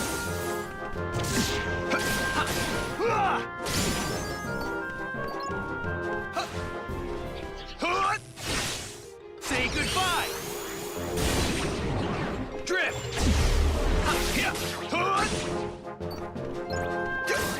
Take that. Freeze. Here. Here. Hood. Want some? Here. Hood. Here.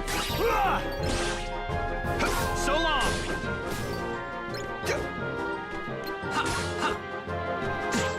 Here. Here.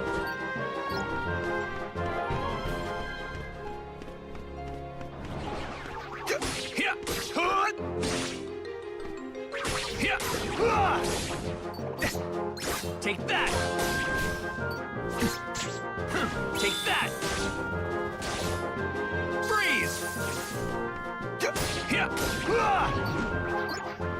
Hood. Drift. Here. You're done.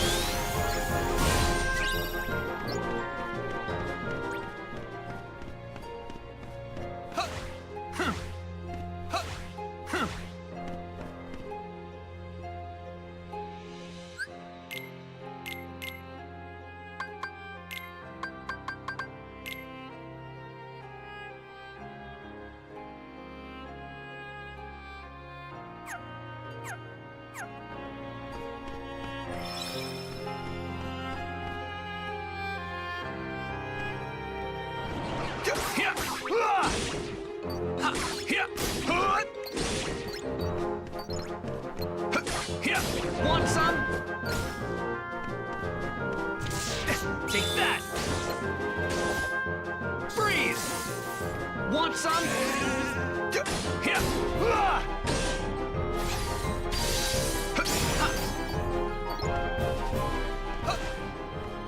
Drift. Hood. Freeze. You're done.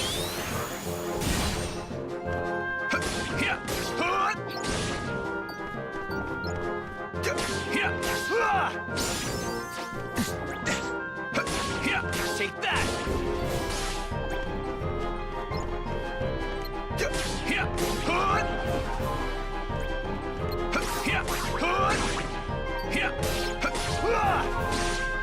So long!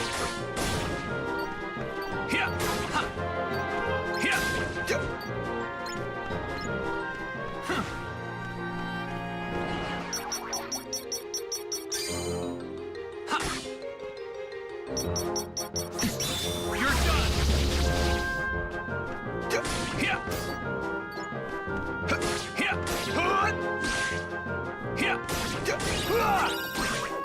Take that! Want some? Freeze!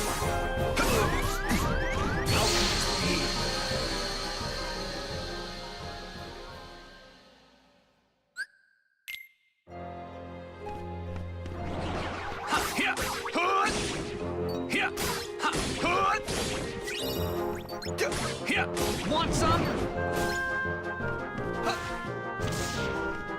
Want some?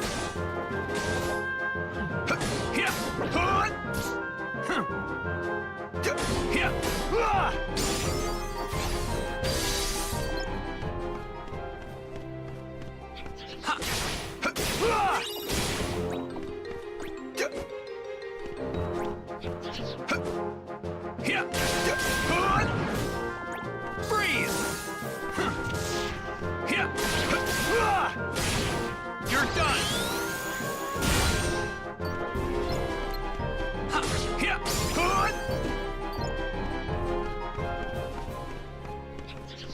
Take that!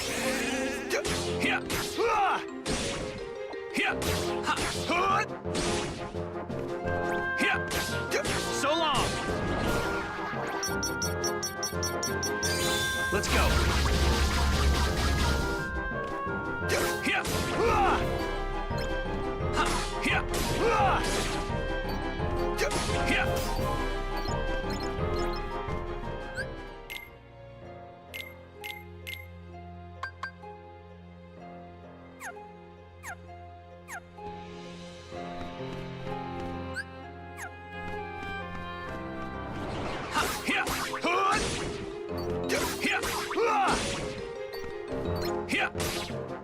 Freeze!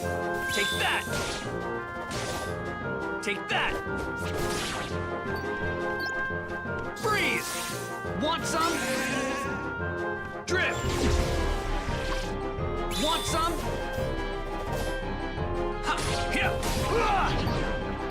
Freeze! Freeze! Take that! Drift! Want some?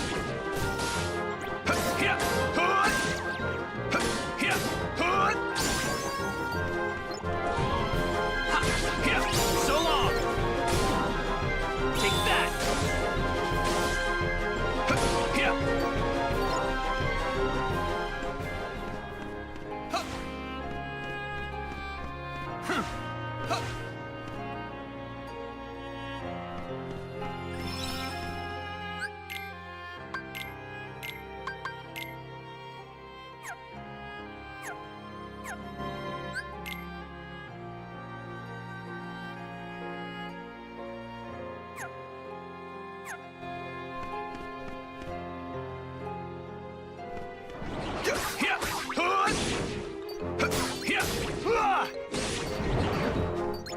Take that!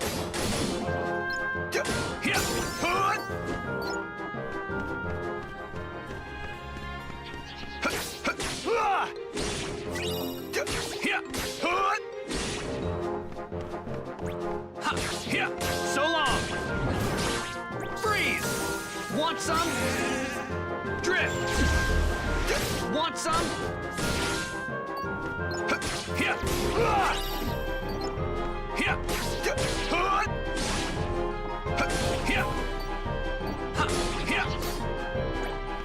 Take that!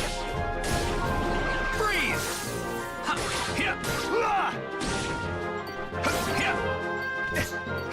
Want some?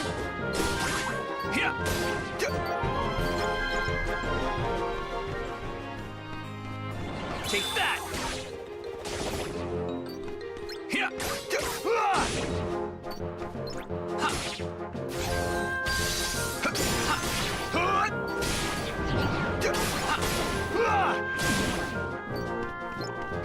You're done!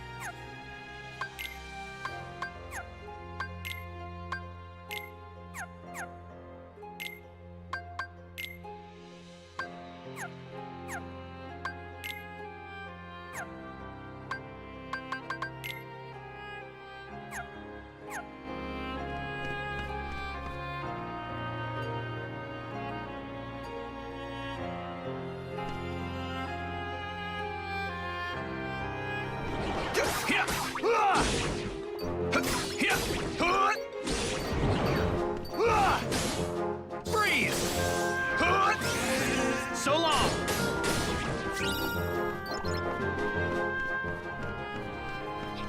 Drift!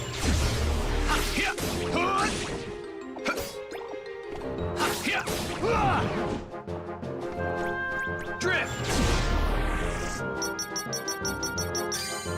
Let's go!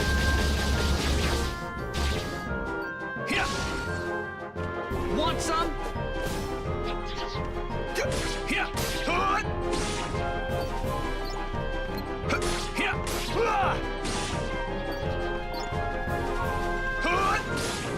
Freeze! Take that! Want some? Drift! So long!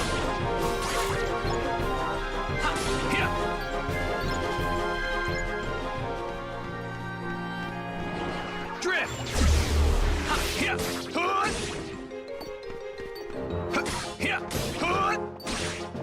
Want some?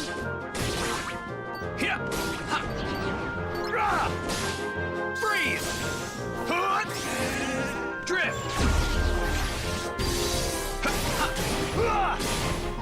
Drift!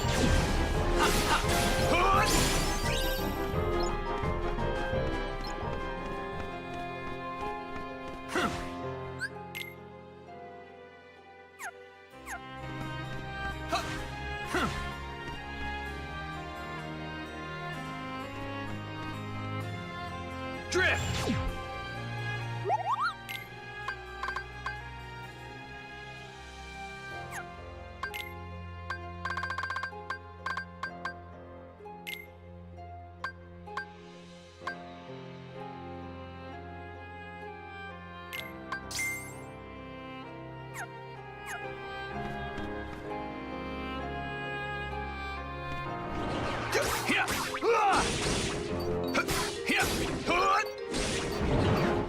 Take that!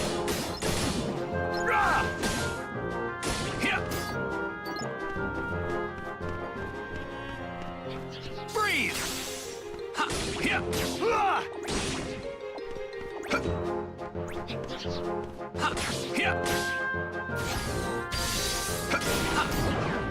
Want some? Drift!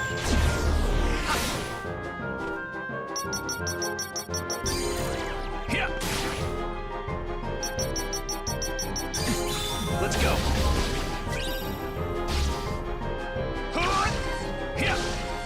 So long.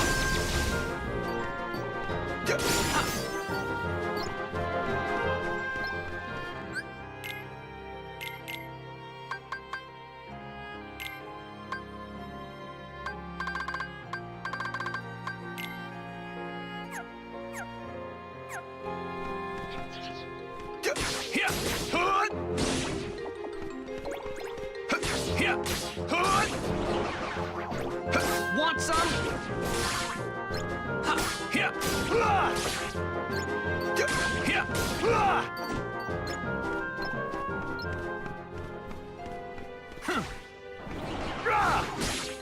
Freeze! Take that! Take that!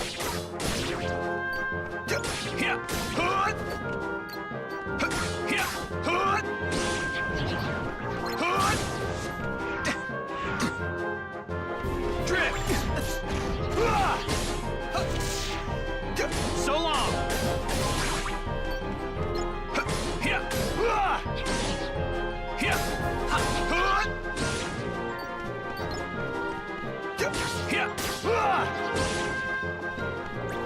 Take that!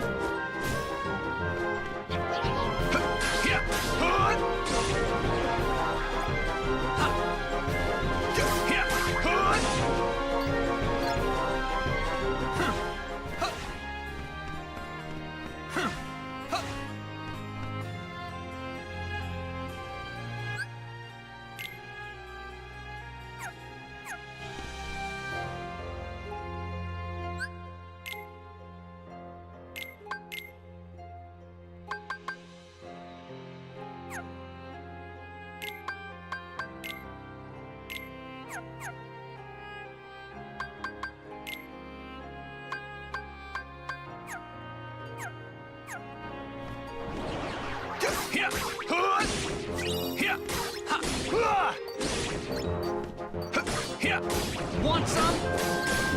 Freeze!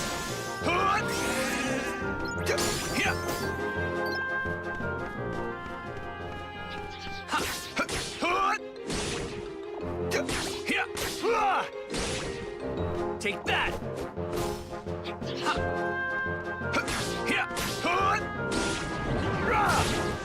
Drift!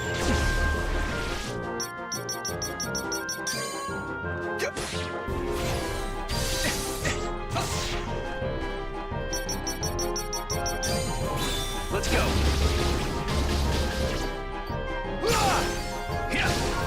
Say goodbye.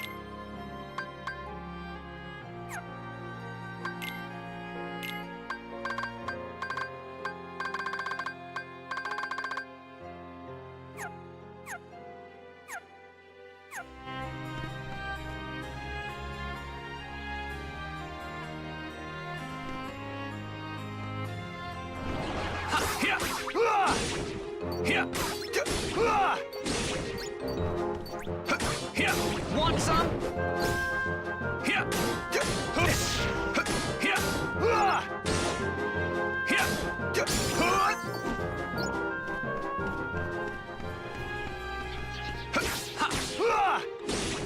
So long!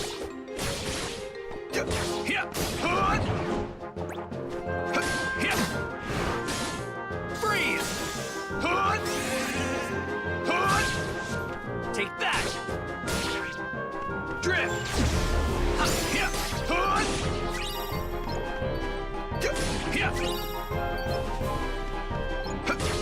So long!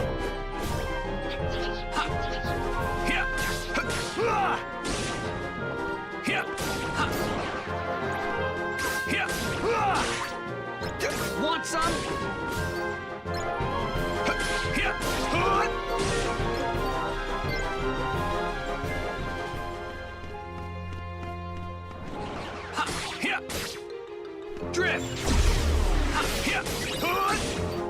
So long!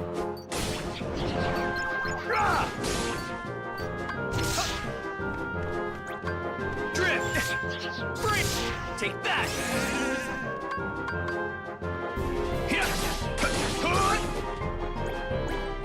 Drift! Want some?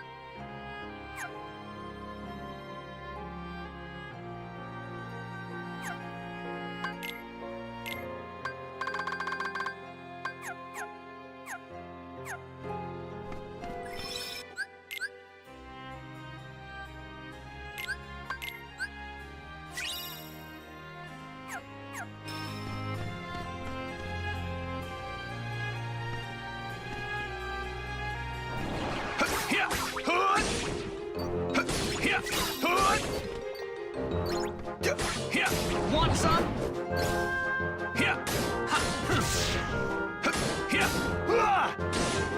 Freeze! Freeze!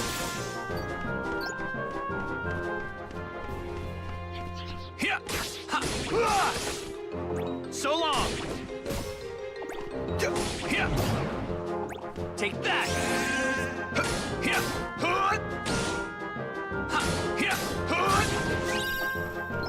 Want some?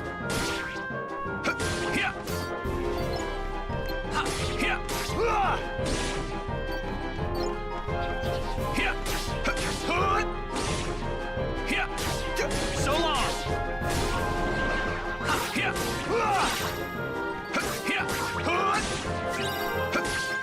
Take that!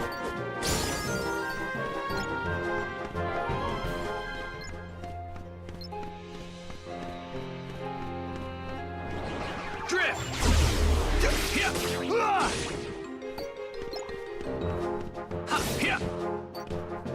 So long! Freeze! Freeze! Want some?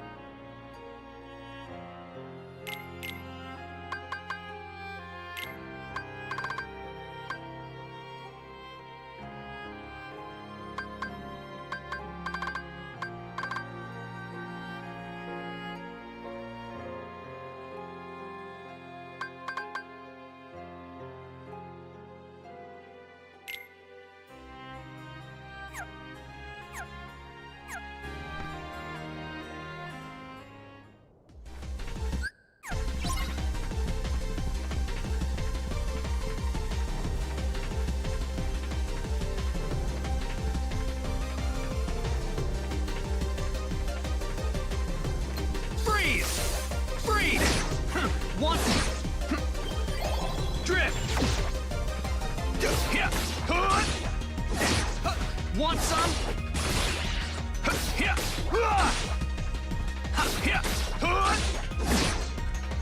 So long.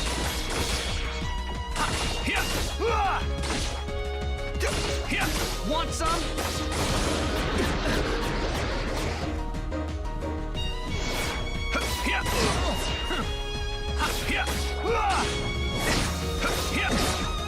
Take that!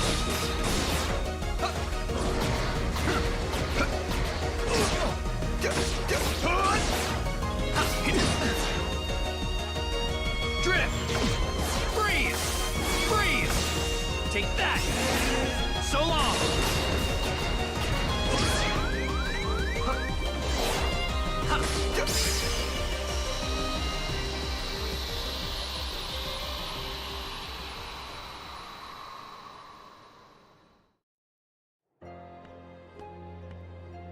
It's my fault her light was stolen.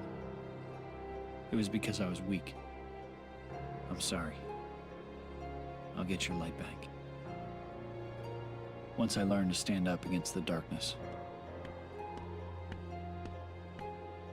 Why would Master Xehanort imprison the light? The purest hearts of light. Do they hold the answer?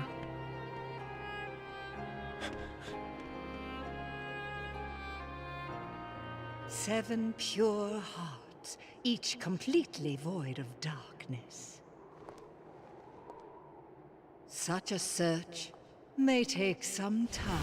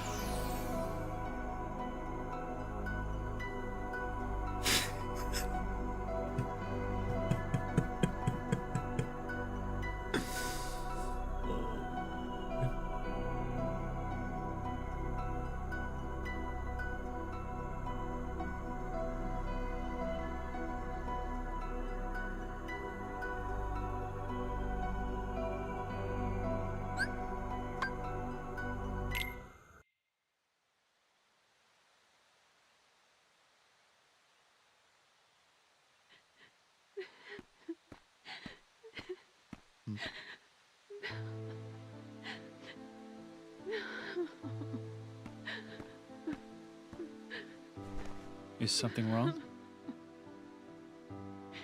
It's just that my friends made me the most beautiful dress, but my stepmother and stepsisters ruined it, and I was so looking forward to the ball.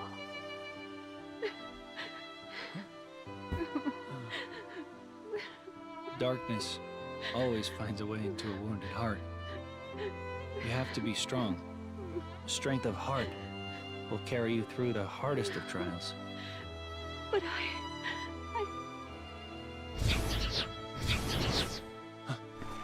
Unversed!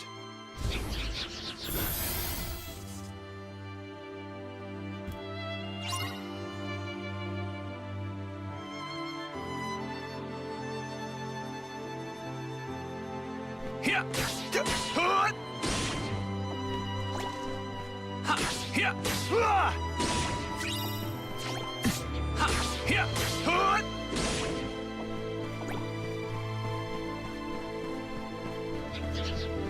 Take that!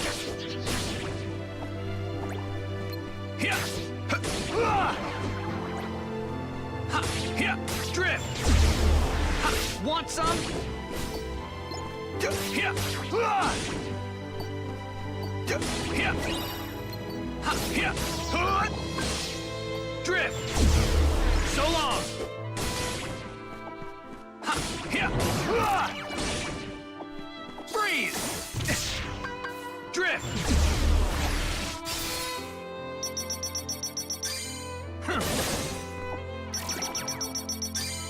You're done!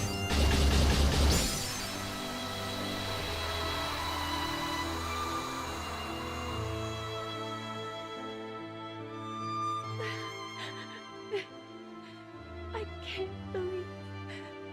Not anymore. Strength of heart is important, but that's not all you need. Huh? There's nothing left to believe in. Nothing. Nothing, my dear. Oh, now, you don't really mean that. Oh, but I do. It's just no use. Nonsense. If you'd lost all your faith, I couldn't be here. And here I am. Oh, come now. Dry those tears. You can't go to the ball looking like that. The ball? Oh, but I'm not. Of course you are. But we'll have to hurry. Now, what were those magic words? Oh, yes. That's a massive. Bibbidi-bobbidi-boo!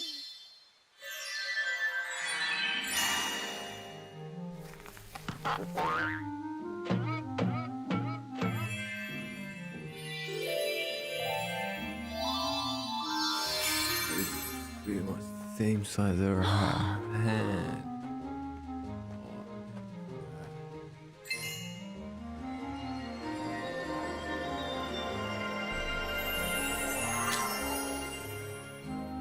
Oh, it's a beautiful dress.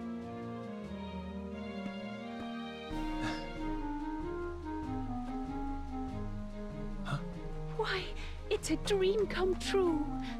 Yes, but like all dreams, I'm afraid this can't last forever. You'll have only till midnight, and then on the stroke of 12, the spell will be broken, and everything will be as it was before. Yes, I understand.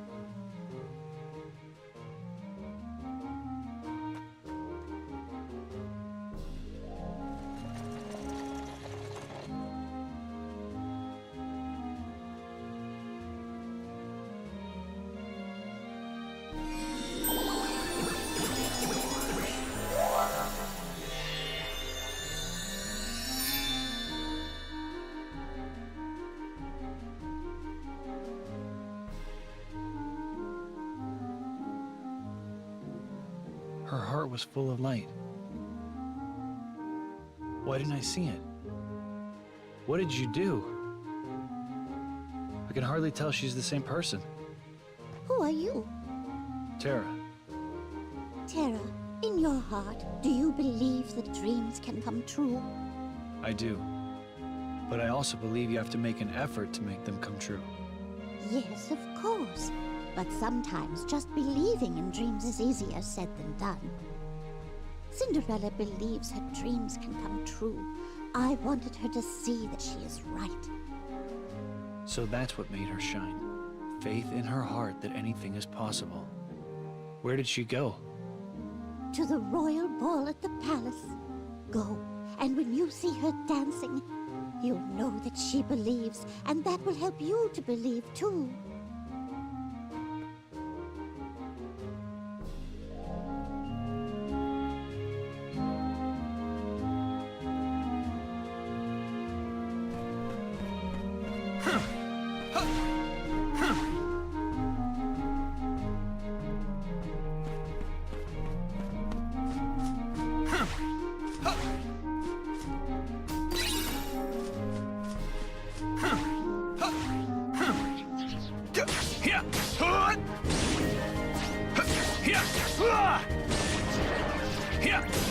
Take that!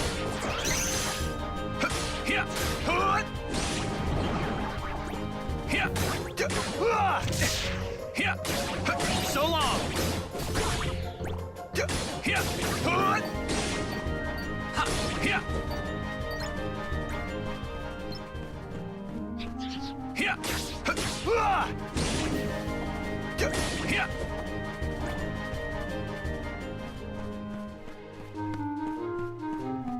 Freeze!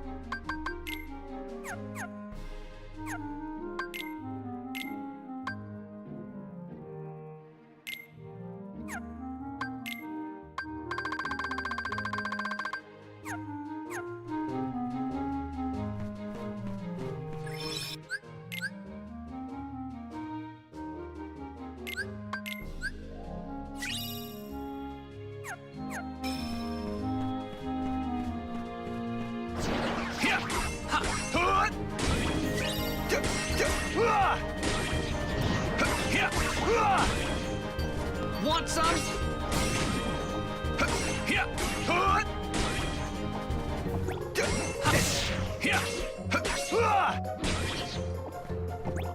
So long! Freeze!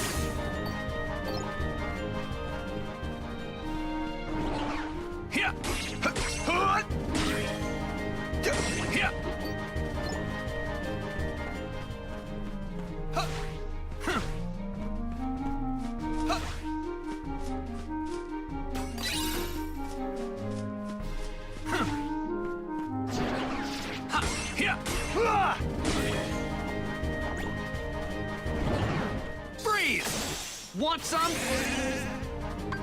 Drift! Want some?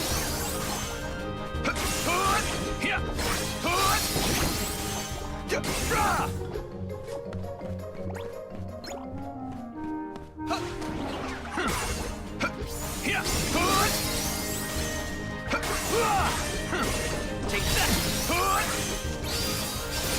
Want some?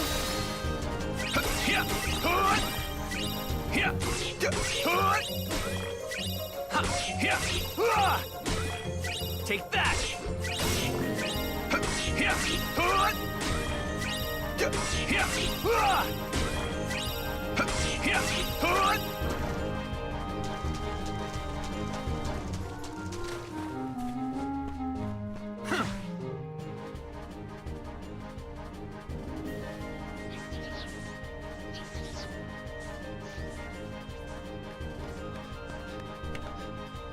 Not here, too.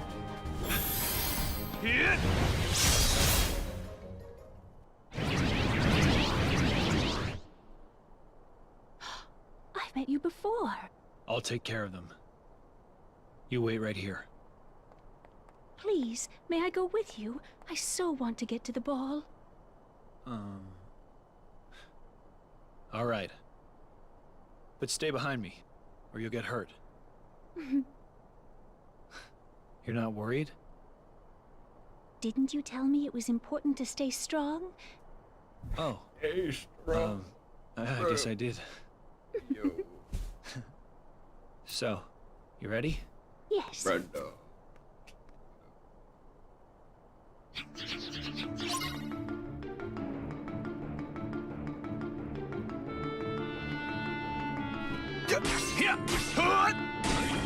Want some? So long!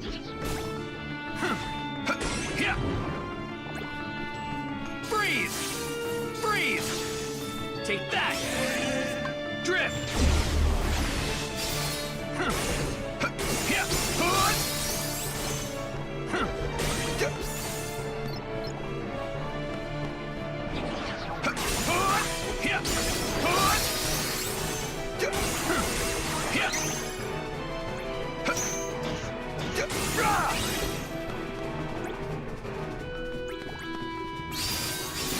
So long! Want some? Freeze! Want some?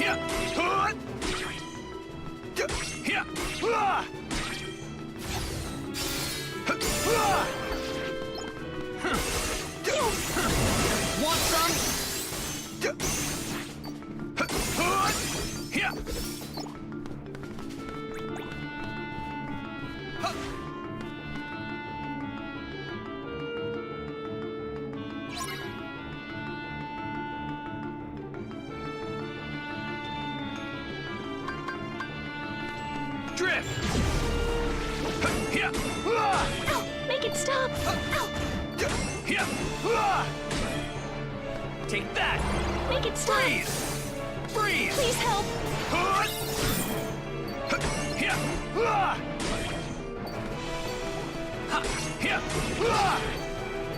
Want some?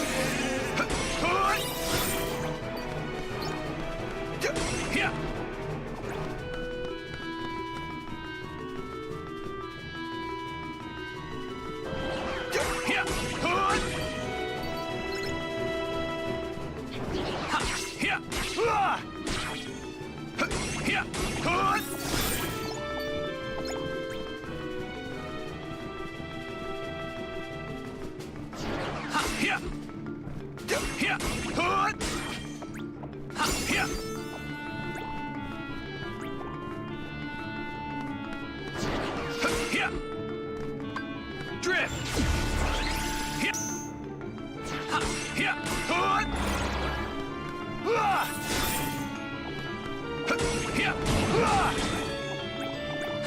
Freeze! Freeze! Want some?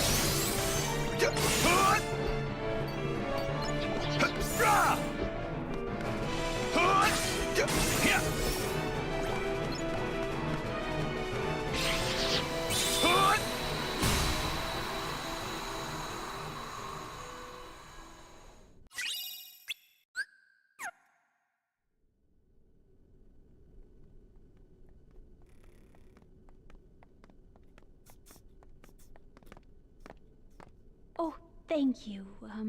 Tara. Thank you, Tara.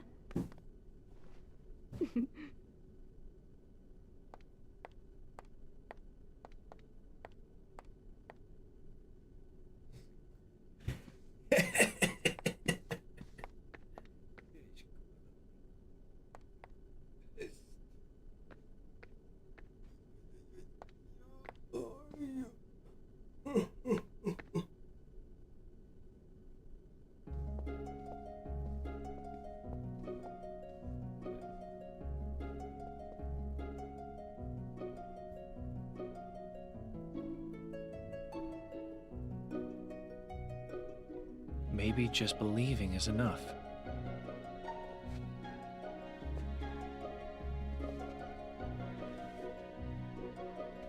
But who is she, Mother?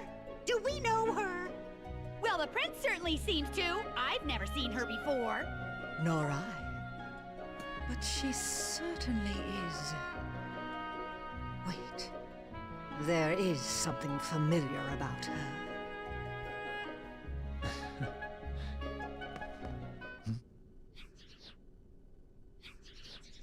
Unversed.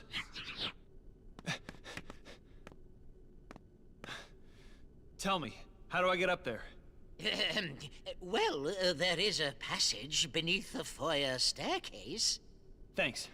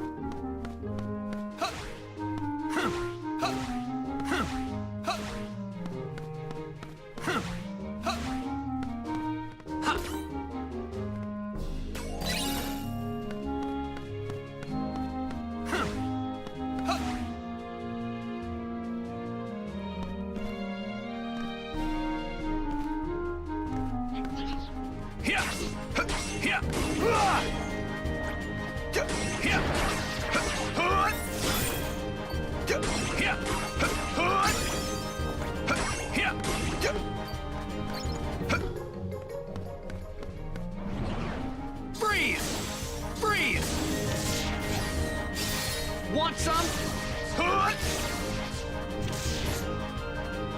Drift!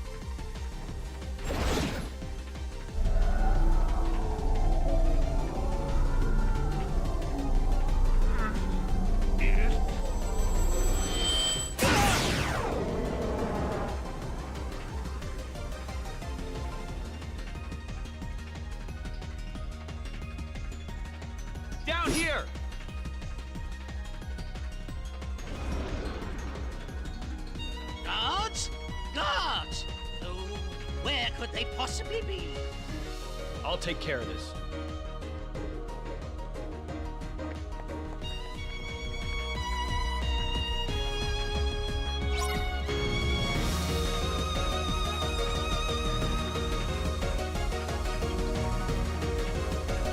Freeze!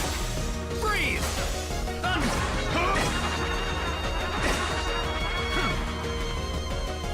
Drift!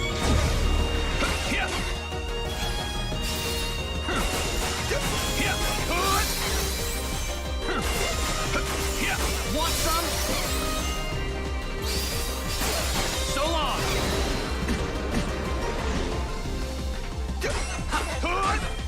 Drift!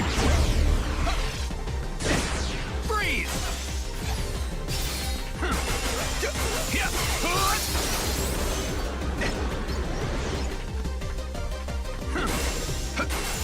Want some?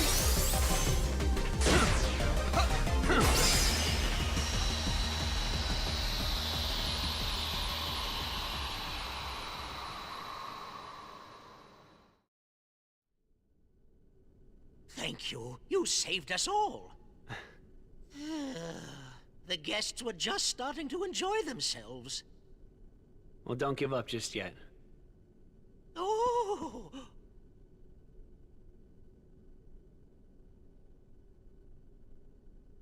Tell me something. Have you always had a problem around here with those monsters? No, I believe they began to appear shortly after a boy in a mask arrived in our kingdom. Those that saw him said the monsters obeyed his every command. A boy in a mask? Do you know where he is now? Well, no. I don't believe anyone has seen him since then. I see.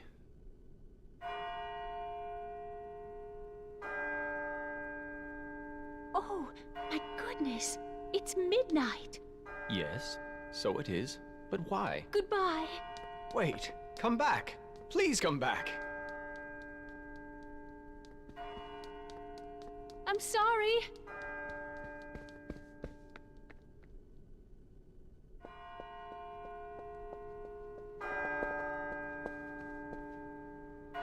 Mademoiselle!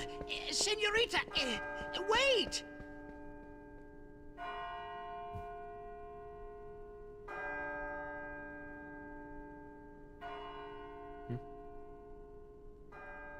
Aqua! Terra! Terra, Ven ran away from home. What? I think he left to go find you. Do you have any idea why? No. Actually, just before I left, he tried to tell me something. I should have listened to what he had to say. Oh. So, did you manage to locate Master Xehanort? No, but it seems he's looking for pure hearts filled with light. Pure hearts filled with light. All I can tell you is that his search hasn't taken him here. All right. I'll stay and see if I can find more clues. Okay. The prince is in the ballroom ahead. He might have some answers. Thanks. Aqua! You still have the same dream? Well, yes. There's this girl here. Her name is Cinderella. She made me realize how powerful it is just to believe. No matter how impossible things seem, a powerful enough dream will always be enough to light the darkness. If you see her, give her my thanks. Will do. The boy in the mask who is leading the Unversed. Who is he? Does he have anything to do with Master Xehanort's disappearance?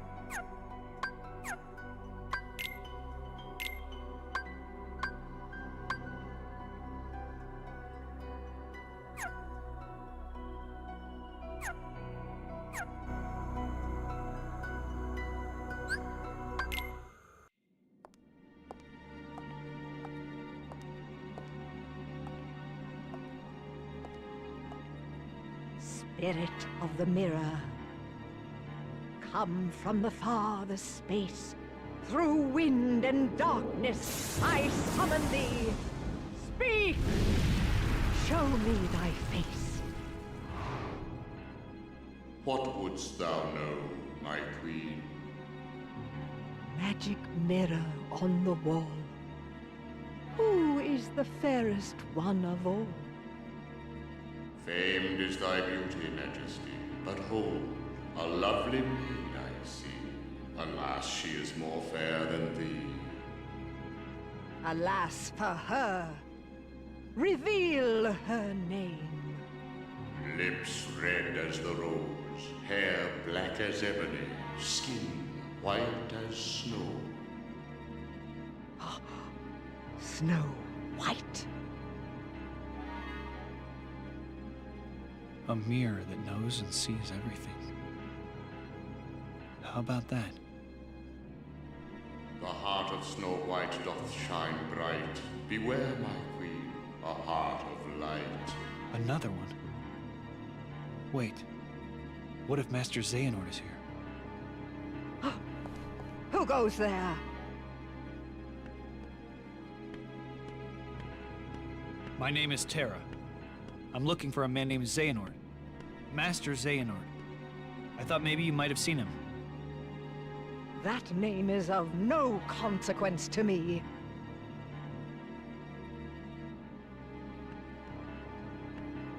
Wait. Ah, yes. I have a task for you.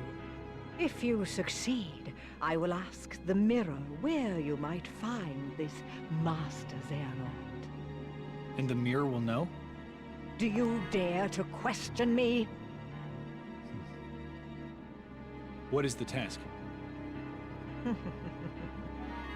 There is a young maid who resides in this castle.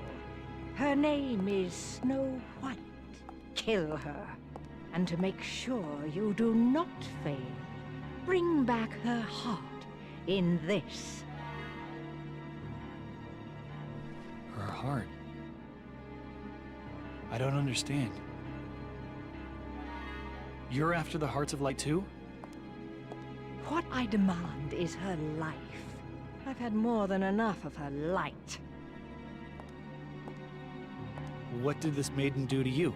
That is no concern of yours. Now, heed my words. My radiance is all the light this kingdom needs.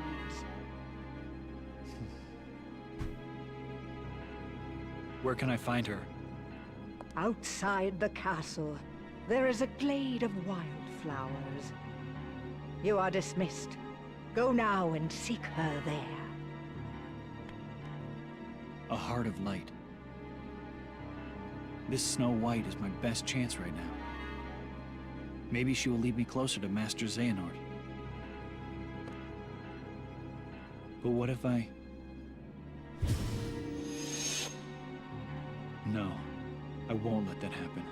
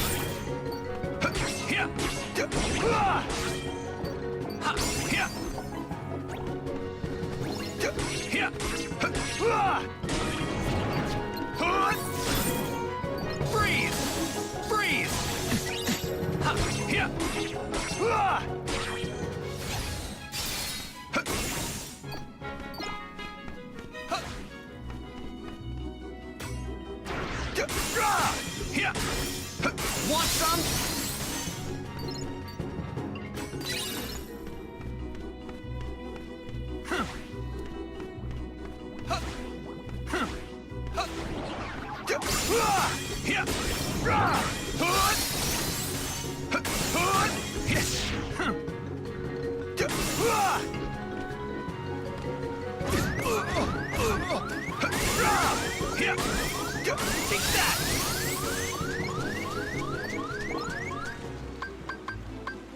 Heal!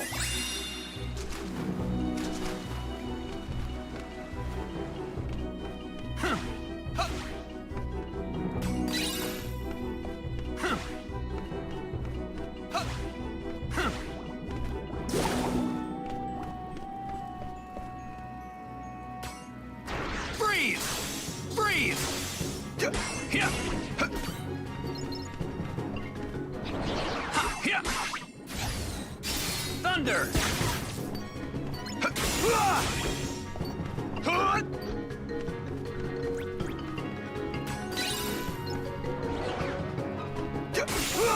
Here! Want some?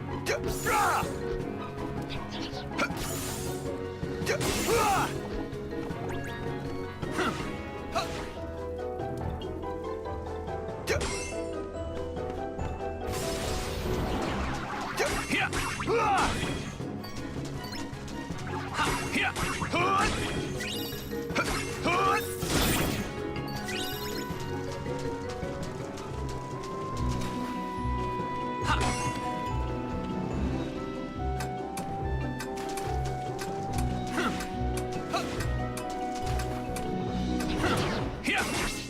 Want some? Drift!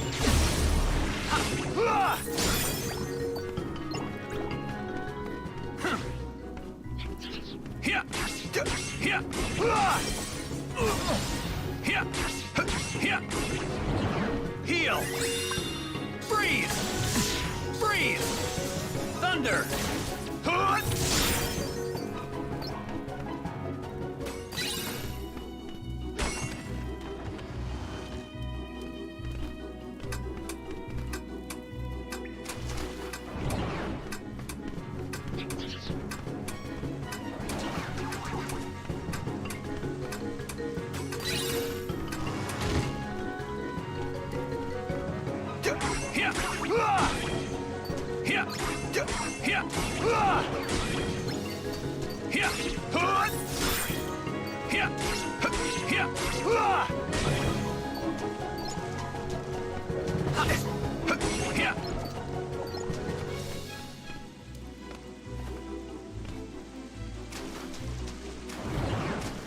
Take that! Here! Drift! Here! Here!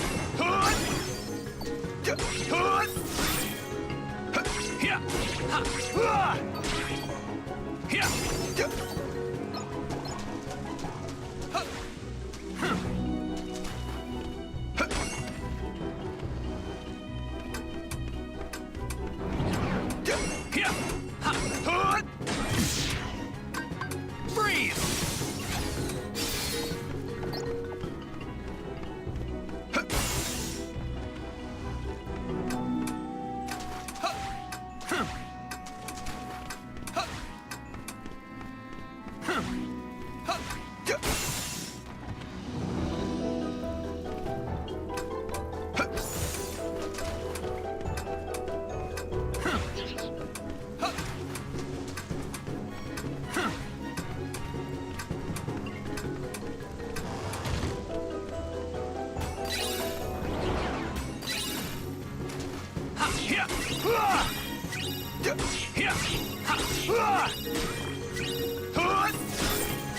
Freeze!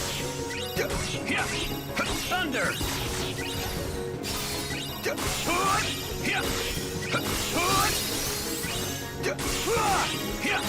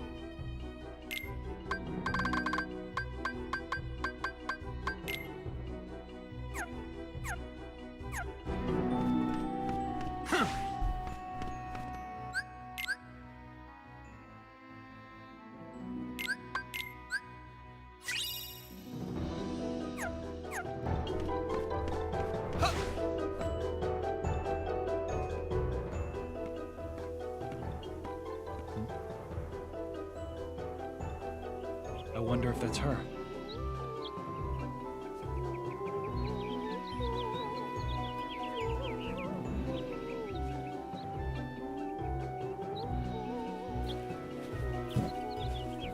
Oh.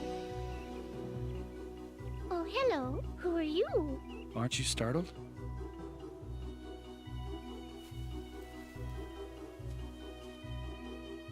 Should I be? It's true then. Her heart is pure light. She's the one. Is something the matter? Does the name Xehanort mean anything to you? Why no. I don't think I've ever heard that name. Now what? Unversed. Oh! Hey, wait! Don't go in there alone! Out of my way!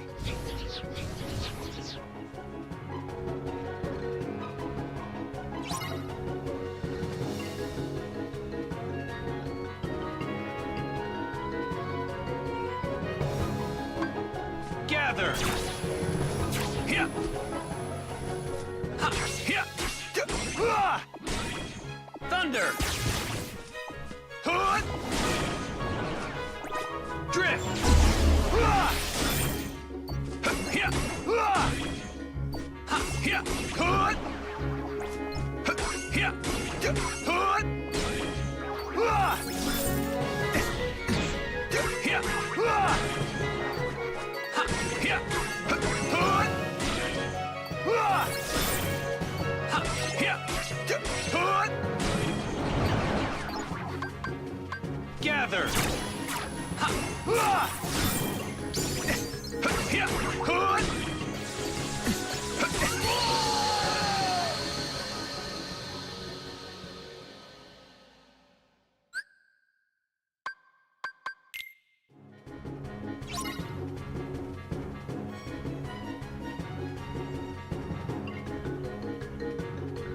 Freeze! Gather! Ha! Here! Ah! Hood! Here! Thunder! Hood! Drift! Want some? Ha! Here! Ah! Heal! Freeze! Gather! Here! Hood! Ah! Here! Take that! Gather! Take that!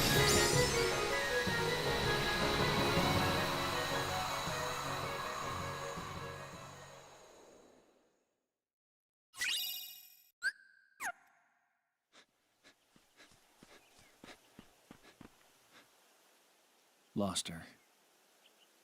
She said she doesn't know anything about Master Xehanort. That leaves me with just one other option. The mirror. Back at the castle.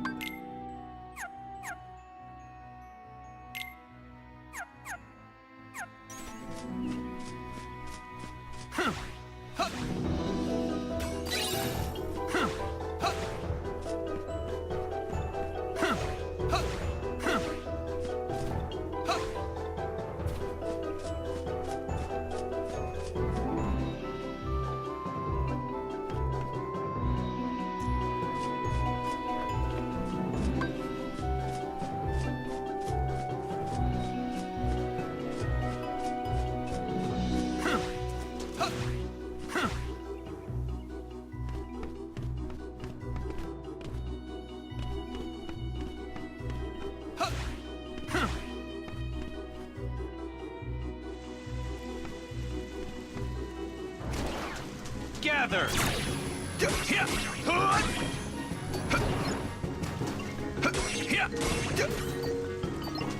Gather!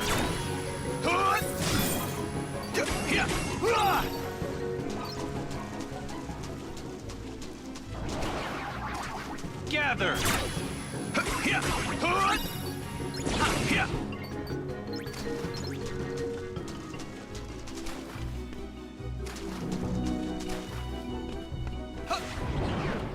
Gather!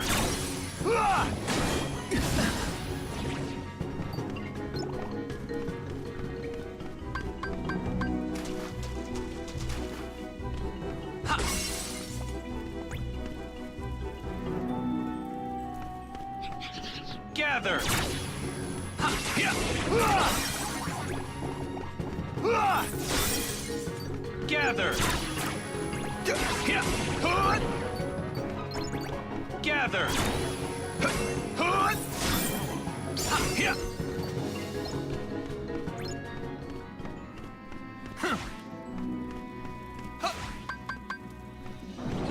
Gather!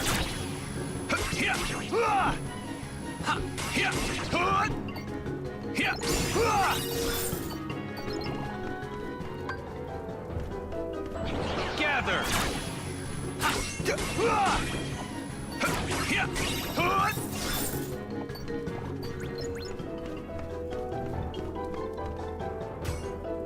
Gather!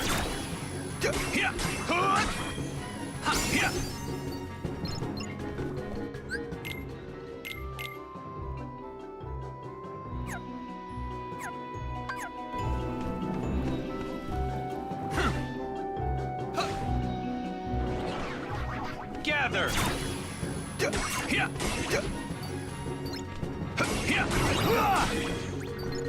Gather!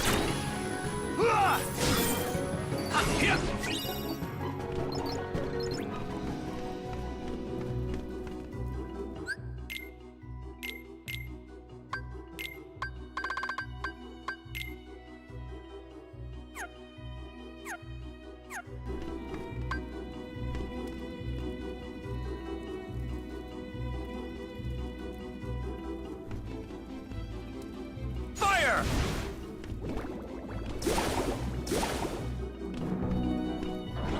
Gather!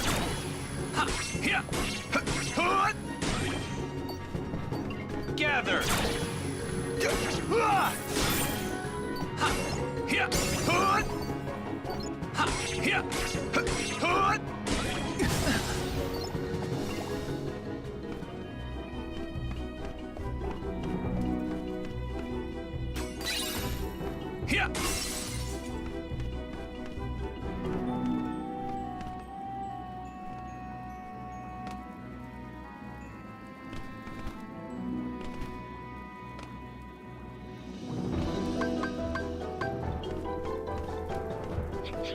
Gather!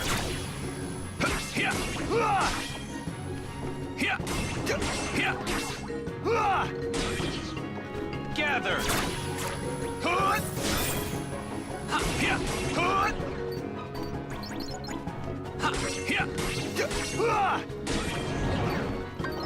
Gather!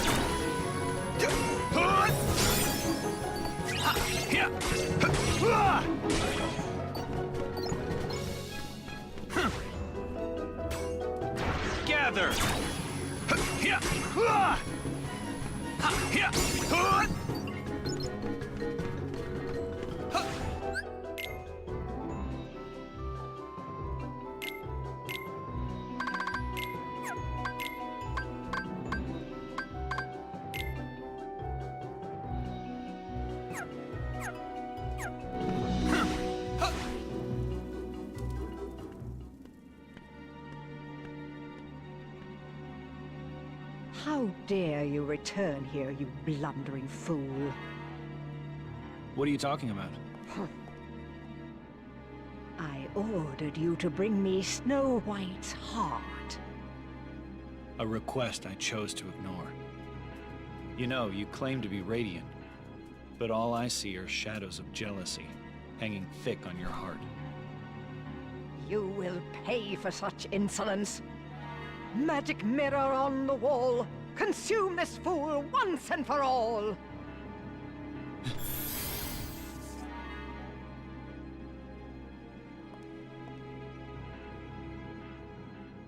Alas, my liege, that I cannot do. I have no power save answers true. Huh? You dare defy your queen?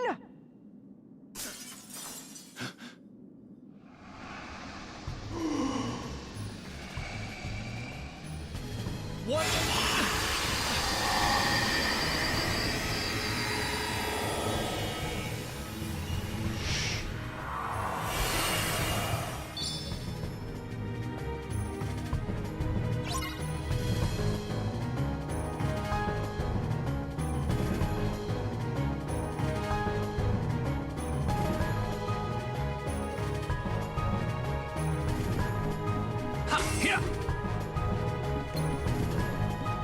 It must be.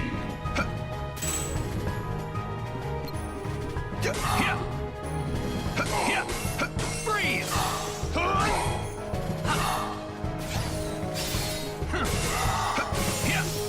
Take that! Take that!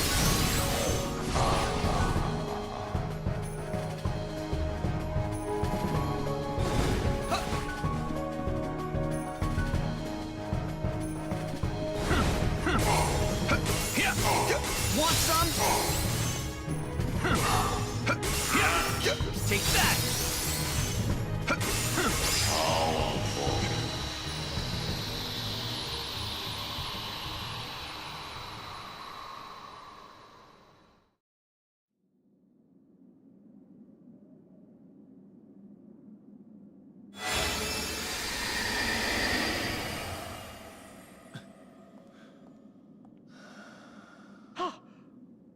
How did you escape? Now you will ask the mirror. Where can I find Master Xehanort? Magic mirror, instruct this knave. Give him the answers he doth crave. Beyond both light and dark he dwells, where war was waged upon the fells. Is that all?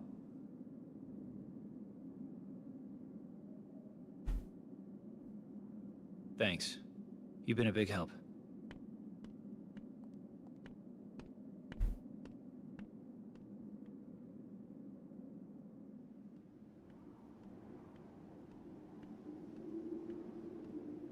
Master Ericus said he first received word of these events from Master Yen Sid. Maybe it's time I went and spoke with him myself.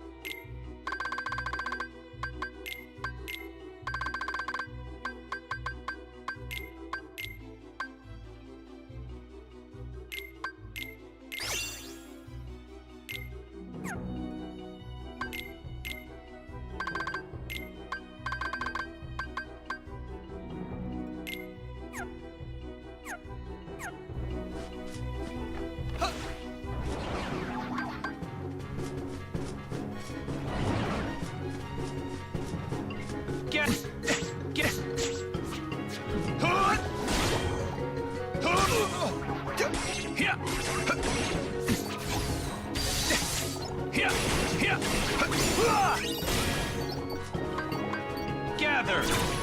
You're done! Gather!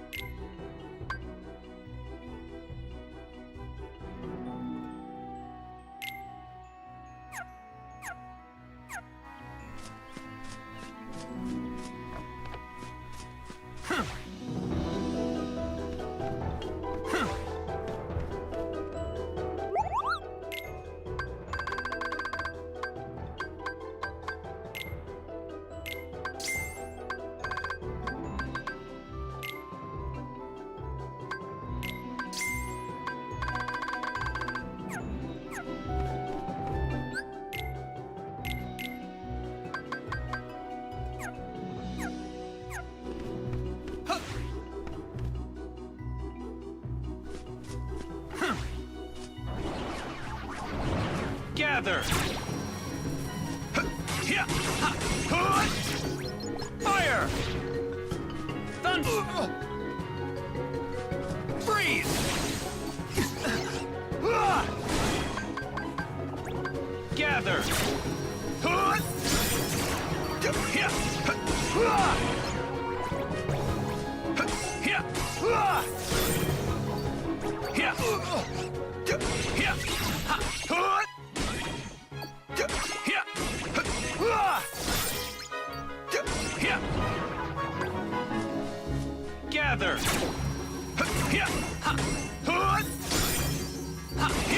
Gather! Gather!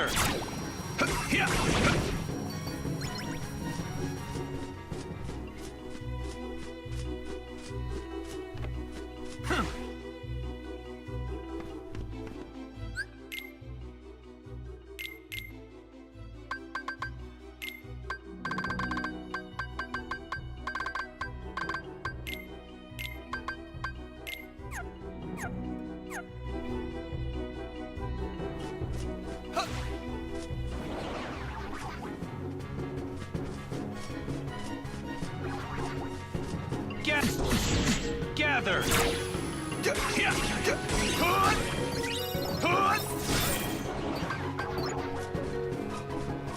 Gather!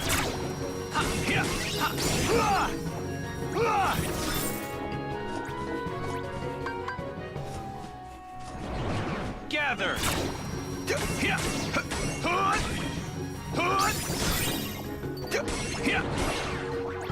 Gather!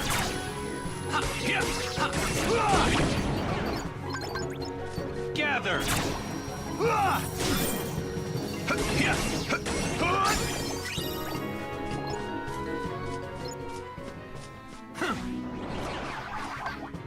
Thunder!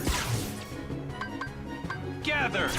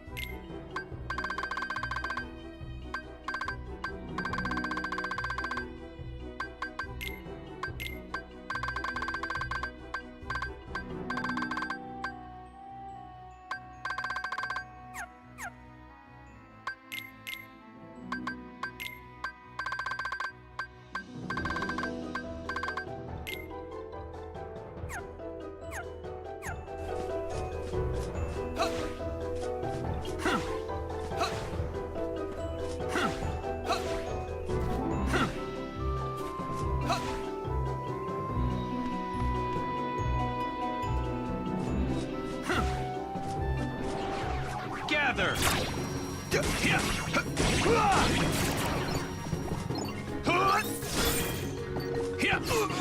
Gather!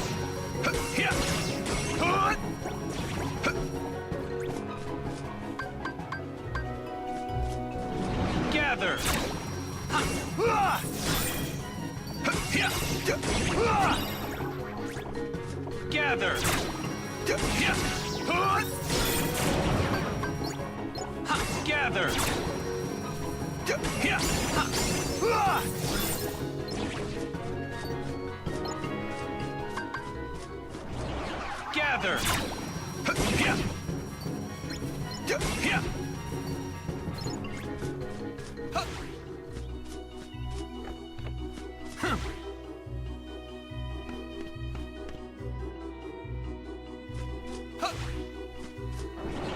Gather!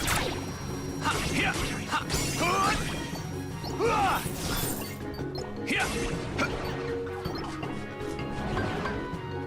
Gather! Gather!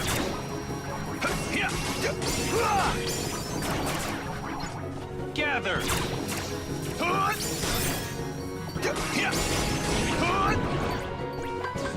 Gather! Heal! Gather! Gather!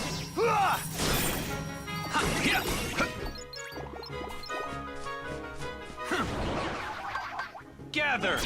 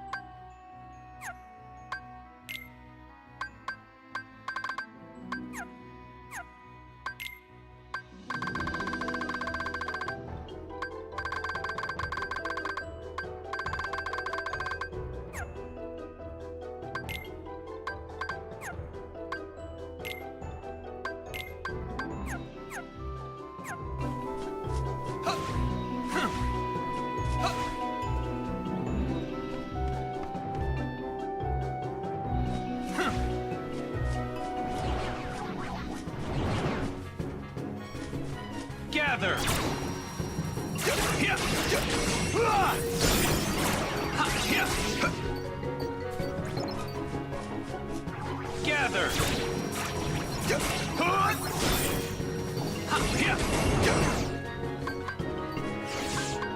Gather! Gather!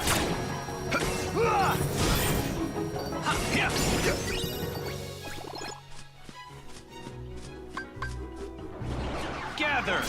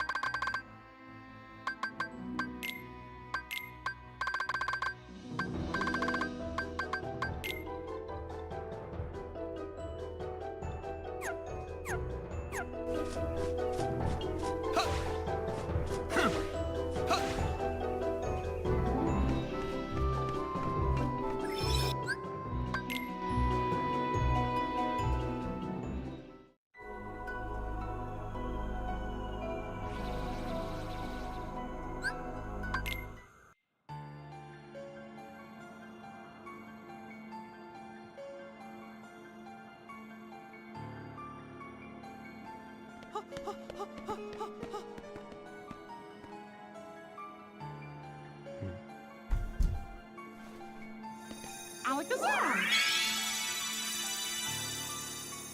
Oh, oh, oh, oh.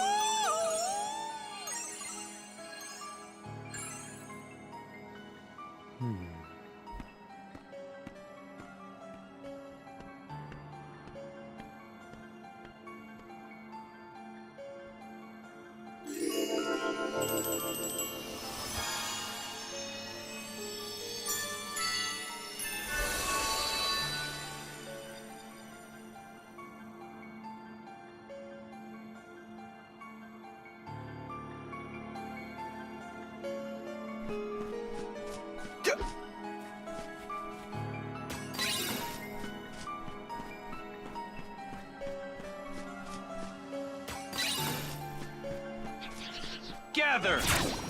Ha! Yeah! Huh! Yeah! Ha! Gather! Huh! Yeah! Huh!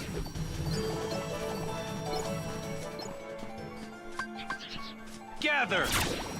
Ah! Ha! Yeah! Ha! Yeah! Ah! Gather! Huh! Ha! Yeah! Gather! Huh! Yeah! Huh! Ah!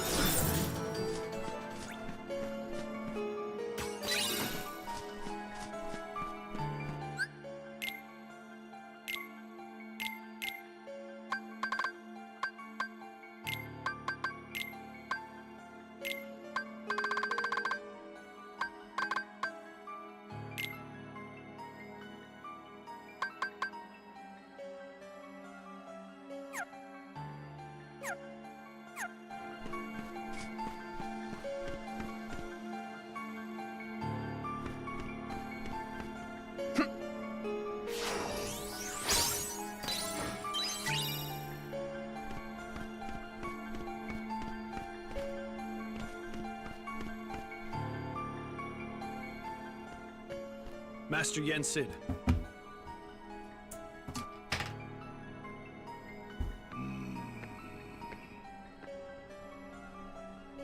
My name is Terra. Yes, Ericus's pupil. I've been expecting you. It is the Unversed. Yes, Master Yen Sid. I thought it best to seek the counsel of one wiser than myself. I am no longer a master. I doffed that mantle. But sir, wasn't that your pupil I passed on the way in? He had a Keyblade. You refer to Mickey. He too sought guidance here. As a king, he is good and kind, but the weight of a crown has not cured him of impetuousness. He has left with an object whose power he does not understand nor know how to control. Mickey imagines my Star Shard will be of help in his current quest, and like you, he is eager to use his Keyblade to set things right. I'm not sure I even understand what's wrong. Master Xehanort is missing. And now I've learned, there's a masked boy who is controlling those Unversed on the loose. To arrive at the truth, perhaps you should approach things differently. First, consider them one and the same problem. Master Xehanort and the Unversed are connected somehow? I must not make assumptions. Find Xehanort, Terra. That is where you should begin. Yes, sir.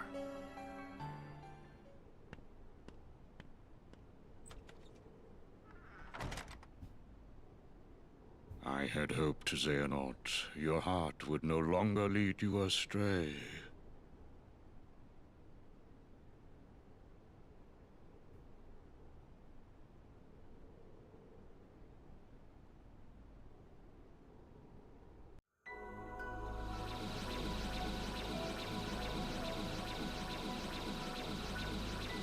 Terra.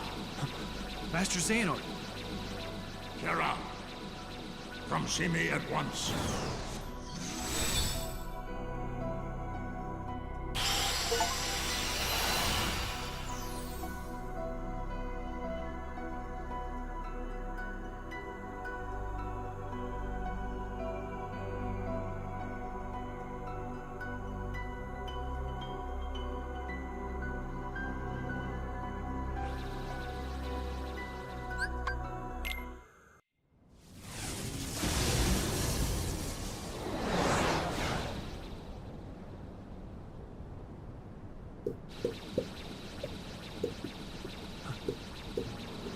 Master Xehanort.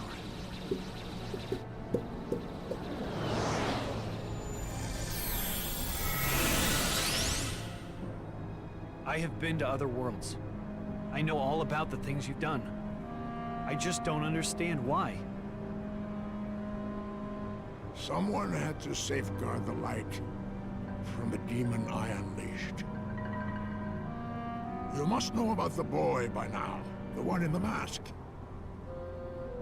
His name is Vanitas, a creature of pure darkness, one of my making.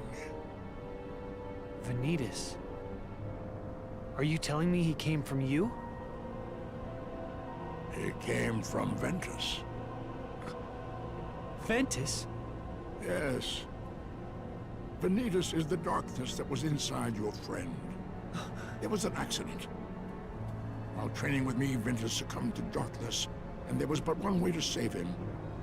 Strip that part of him away, and thus Vanitas was made. In the process, I damaged Ventus' heart in the most horrific way. So, I did what I felt was right and left him with Heracles. I knew the boy could not stay with me, the man who did him such grievous harm.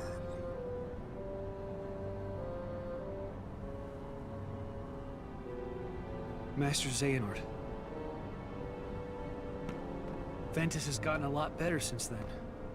You shouldn't blame yourself for trying to save him. Well, thank you, lad. You know how to put an old man's heart at ease. So that's what it was.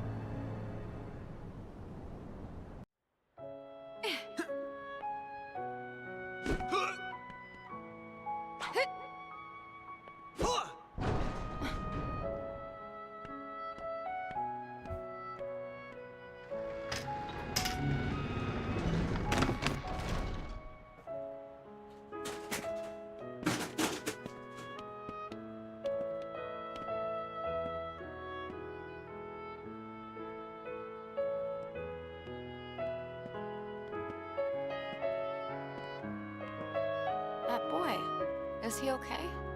I'll go see.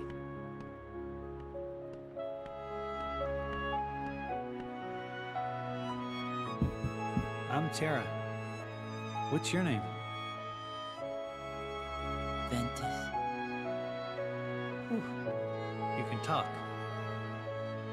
Aqua, come here!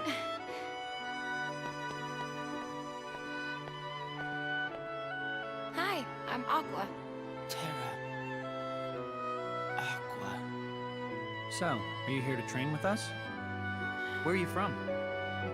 Who is that man with you? You good with a keyblade? Whoa! What's the matter? Are you okay? What did you do? Nothing. I just asked him some stuff. Ventus cannot tell you anything. Because he cannot remember anything.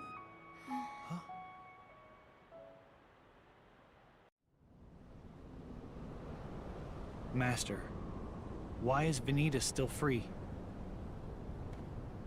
Ah, yes. Well, I did my best to contain him the moment he emerged, but... He managed to escape. Vanitas uses the Keyblade to sow seeds of darkness. And now you see the world's teem with his ghastly underlings. The Unversed.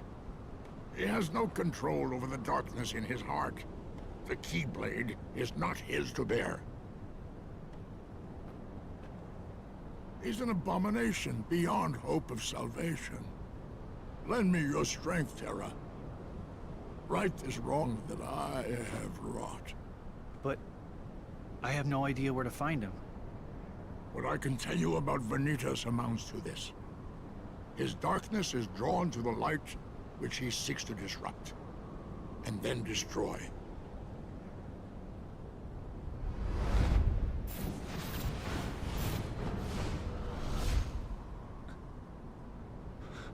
It stands to reason that he will strike next in the City of Light, Radiant Garden.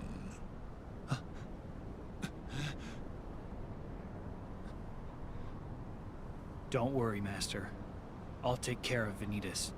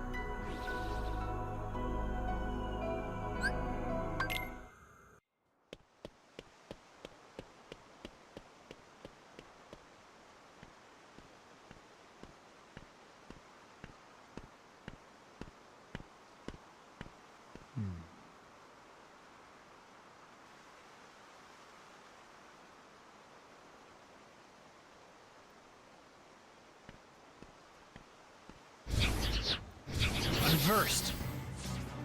This can only mean Master Xehanort was right.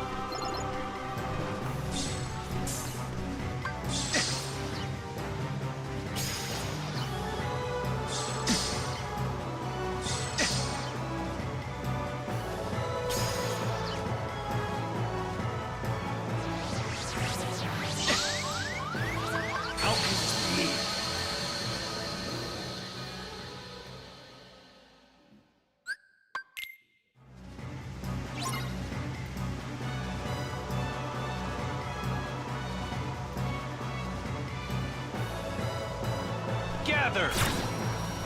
Gather! Gather!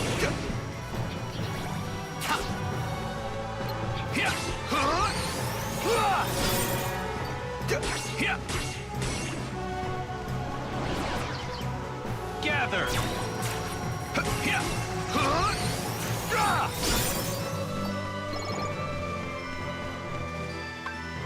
Gather! Win! Gather! Gather!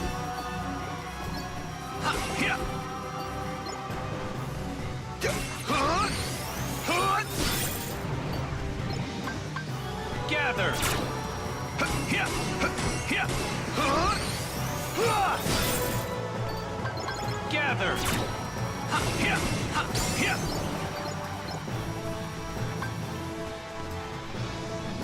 Gather! Gather!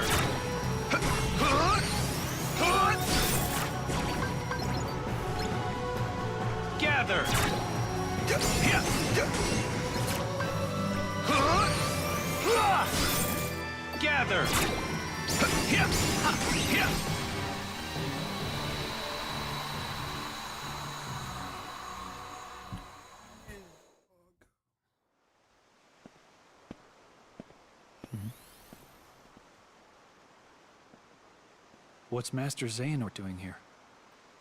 Maybe he found something out.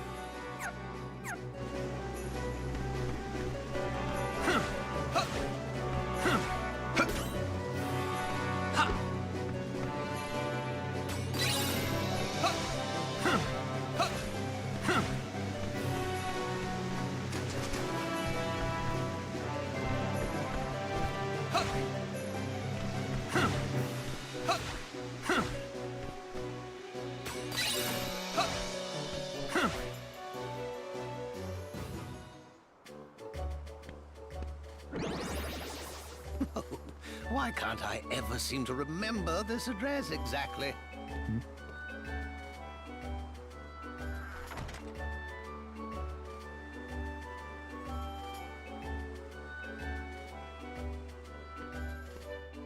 Excuse me, Your Elderness.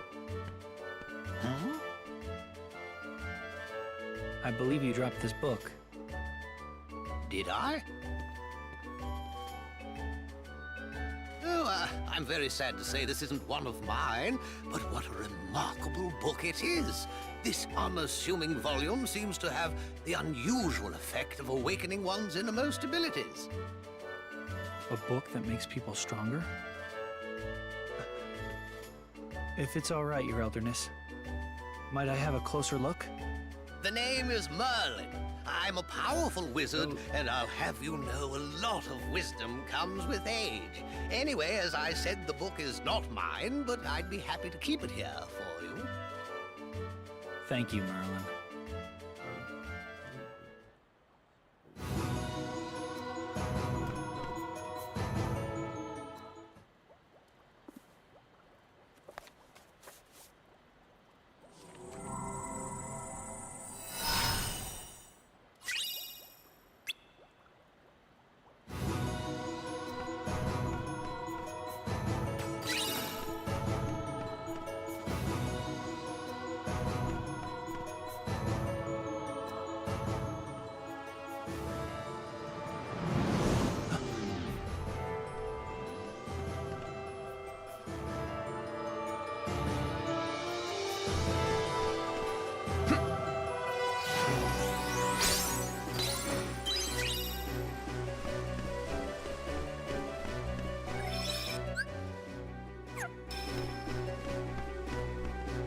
Gather!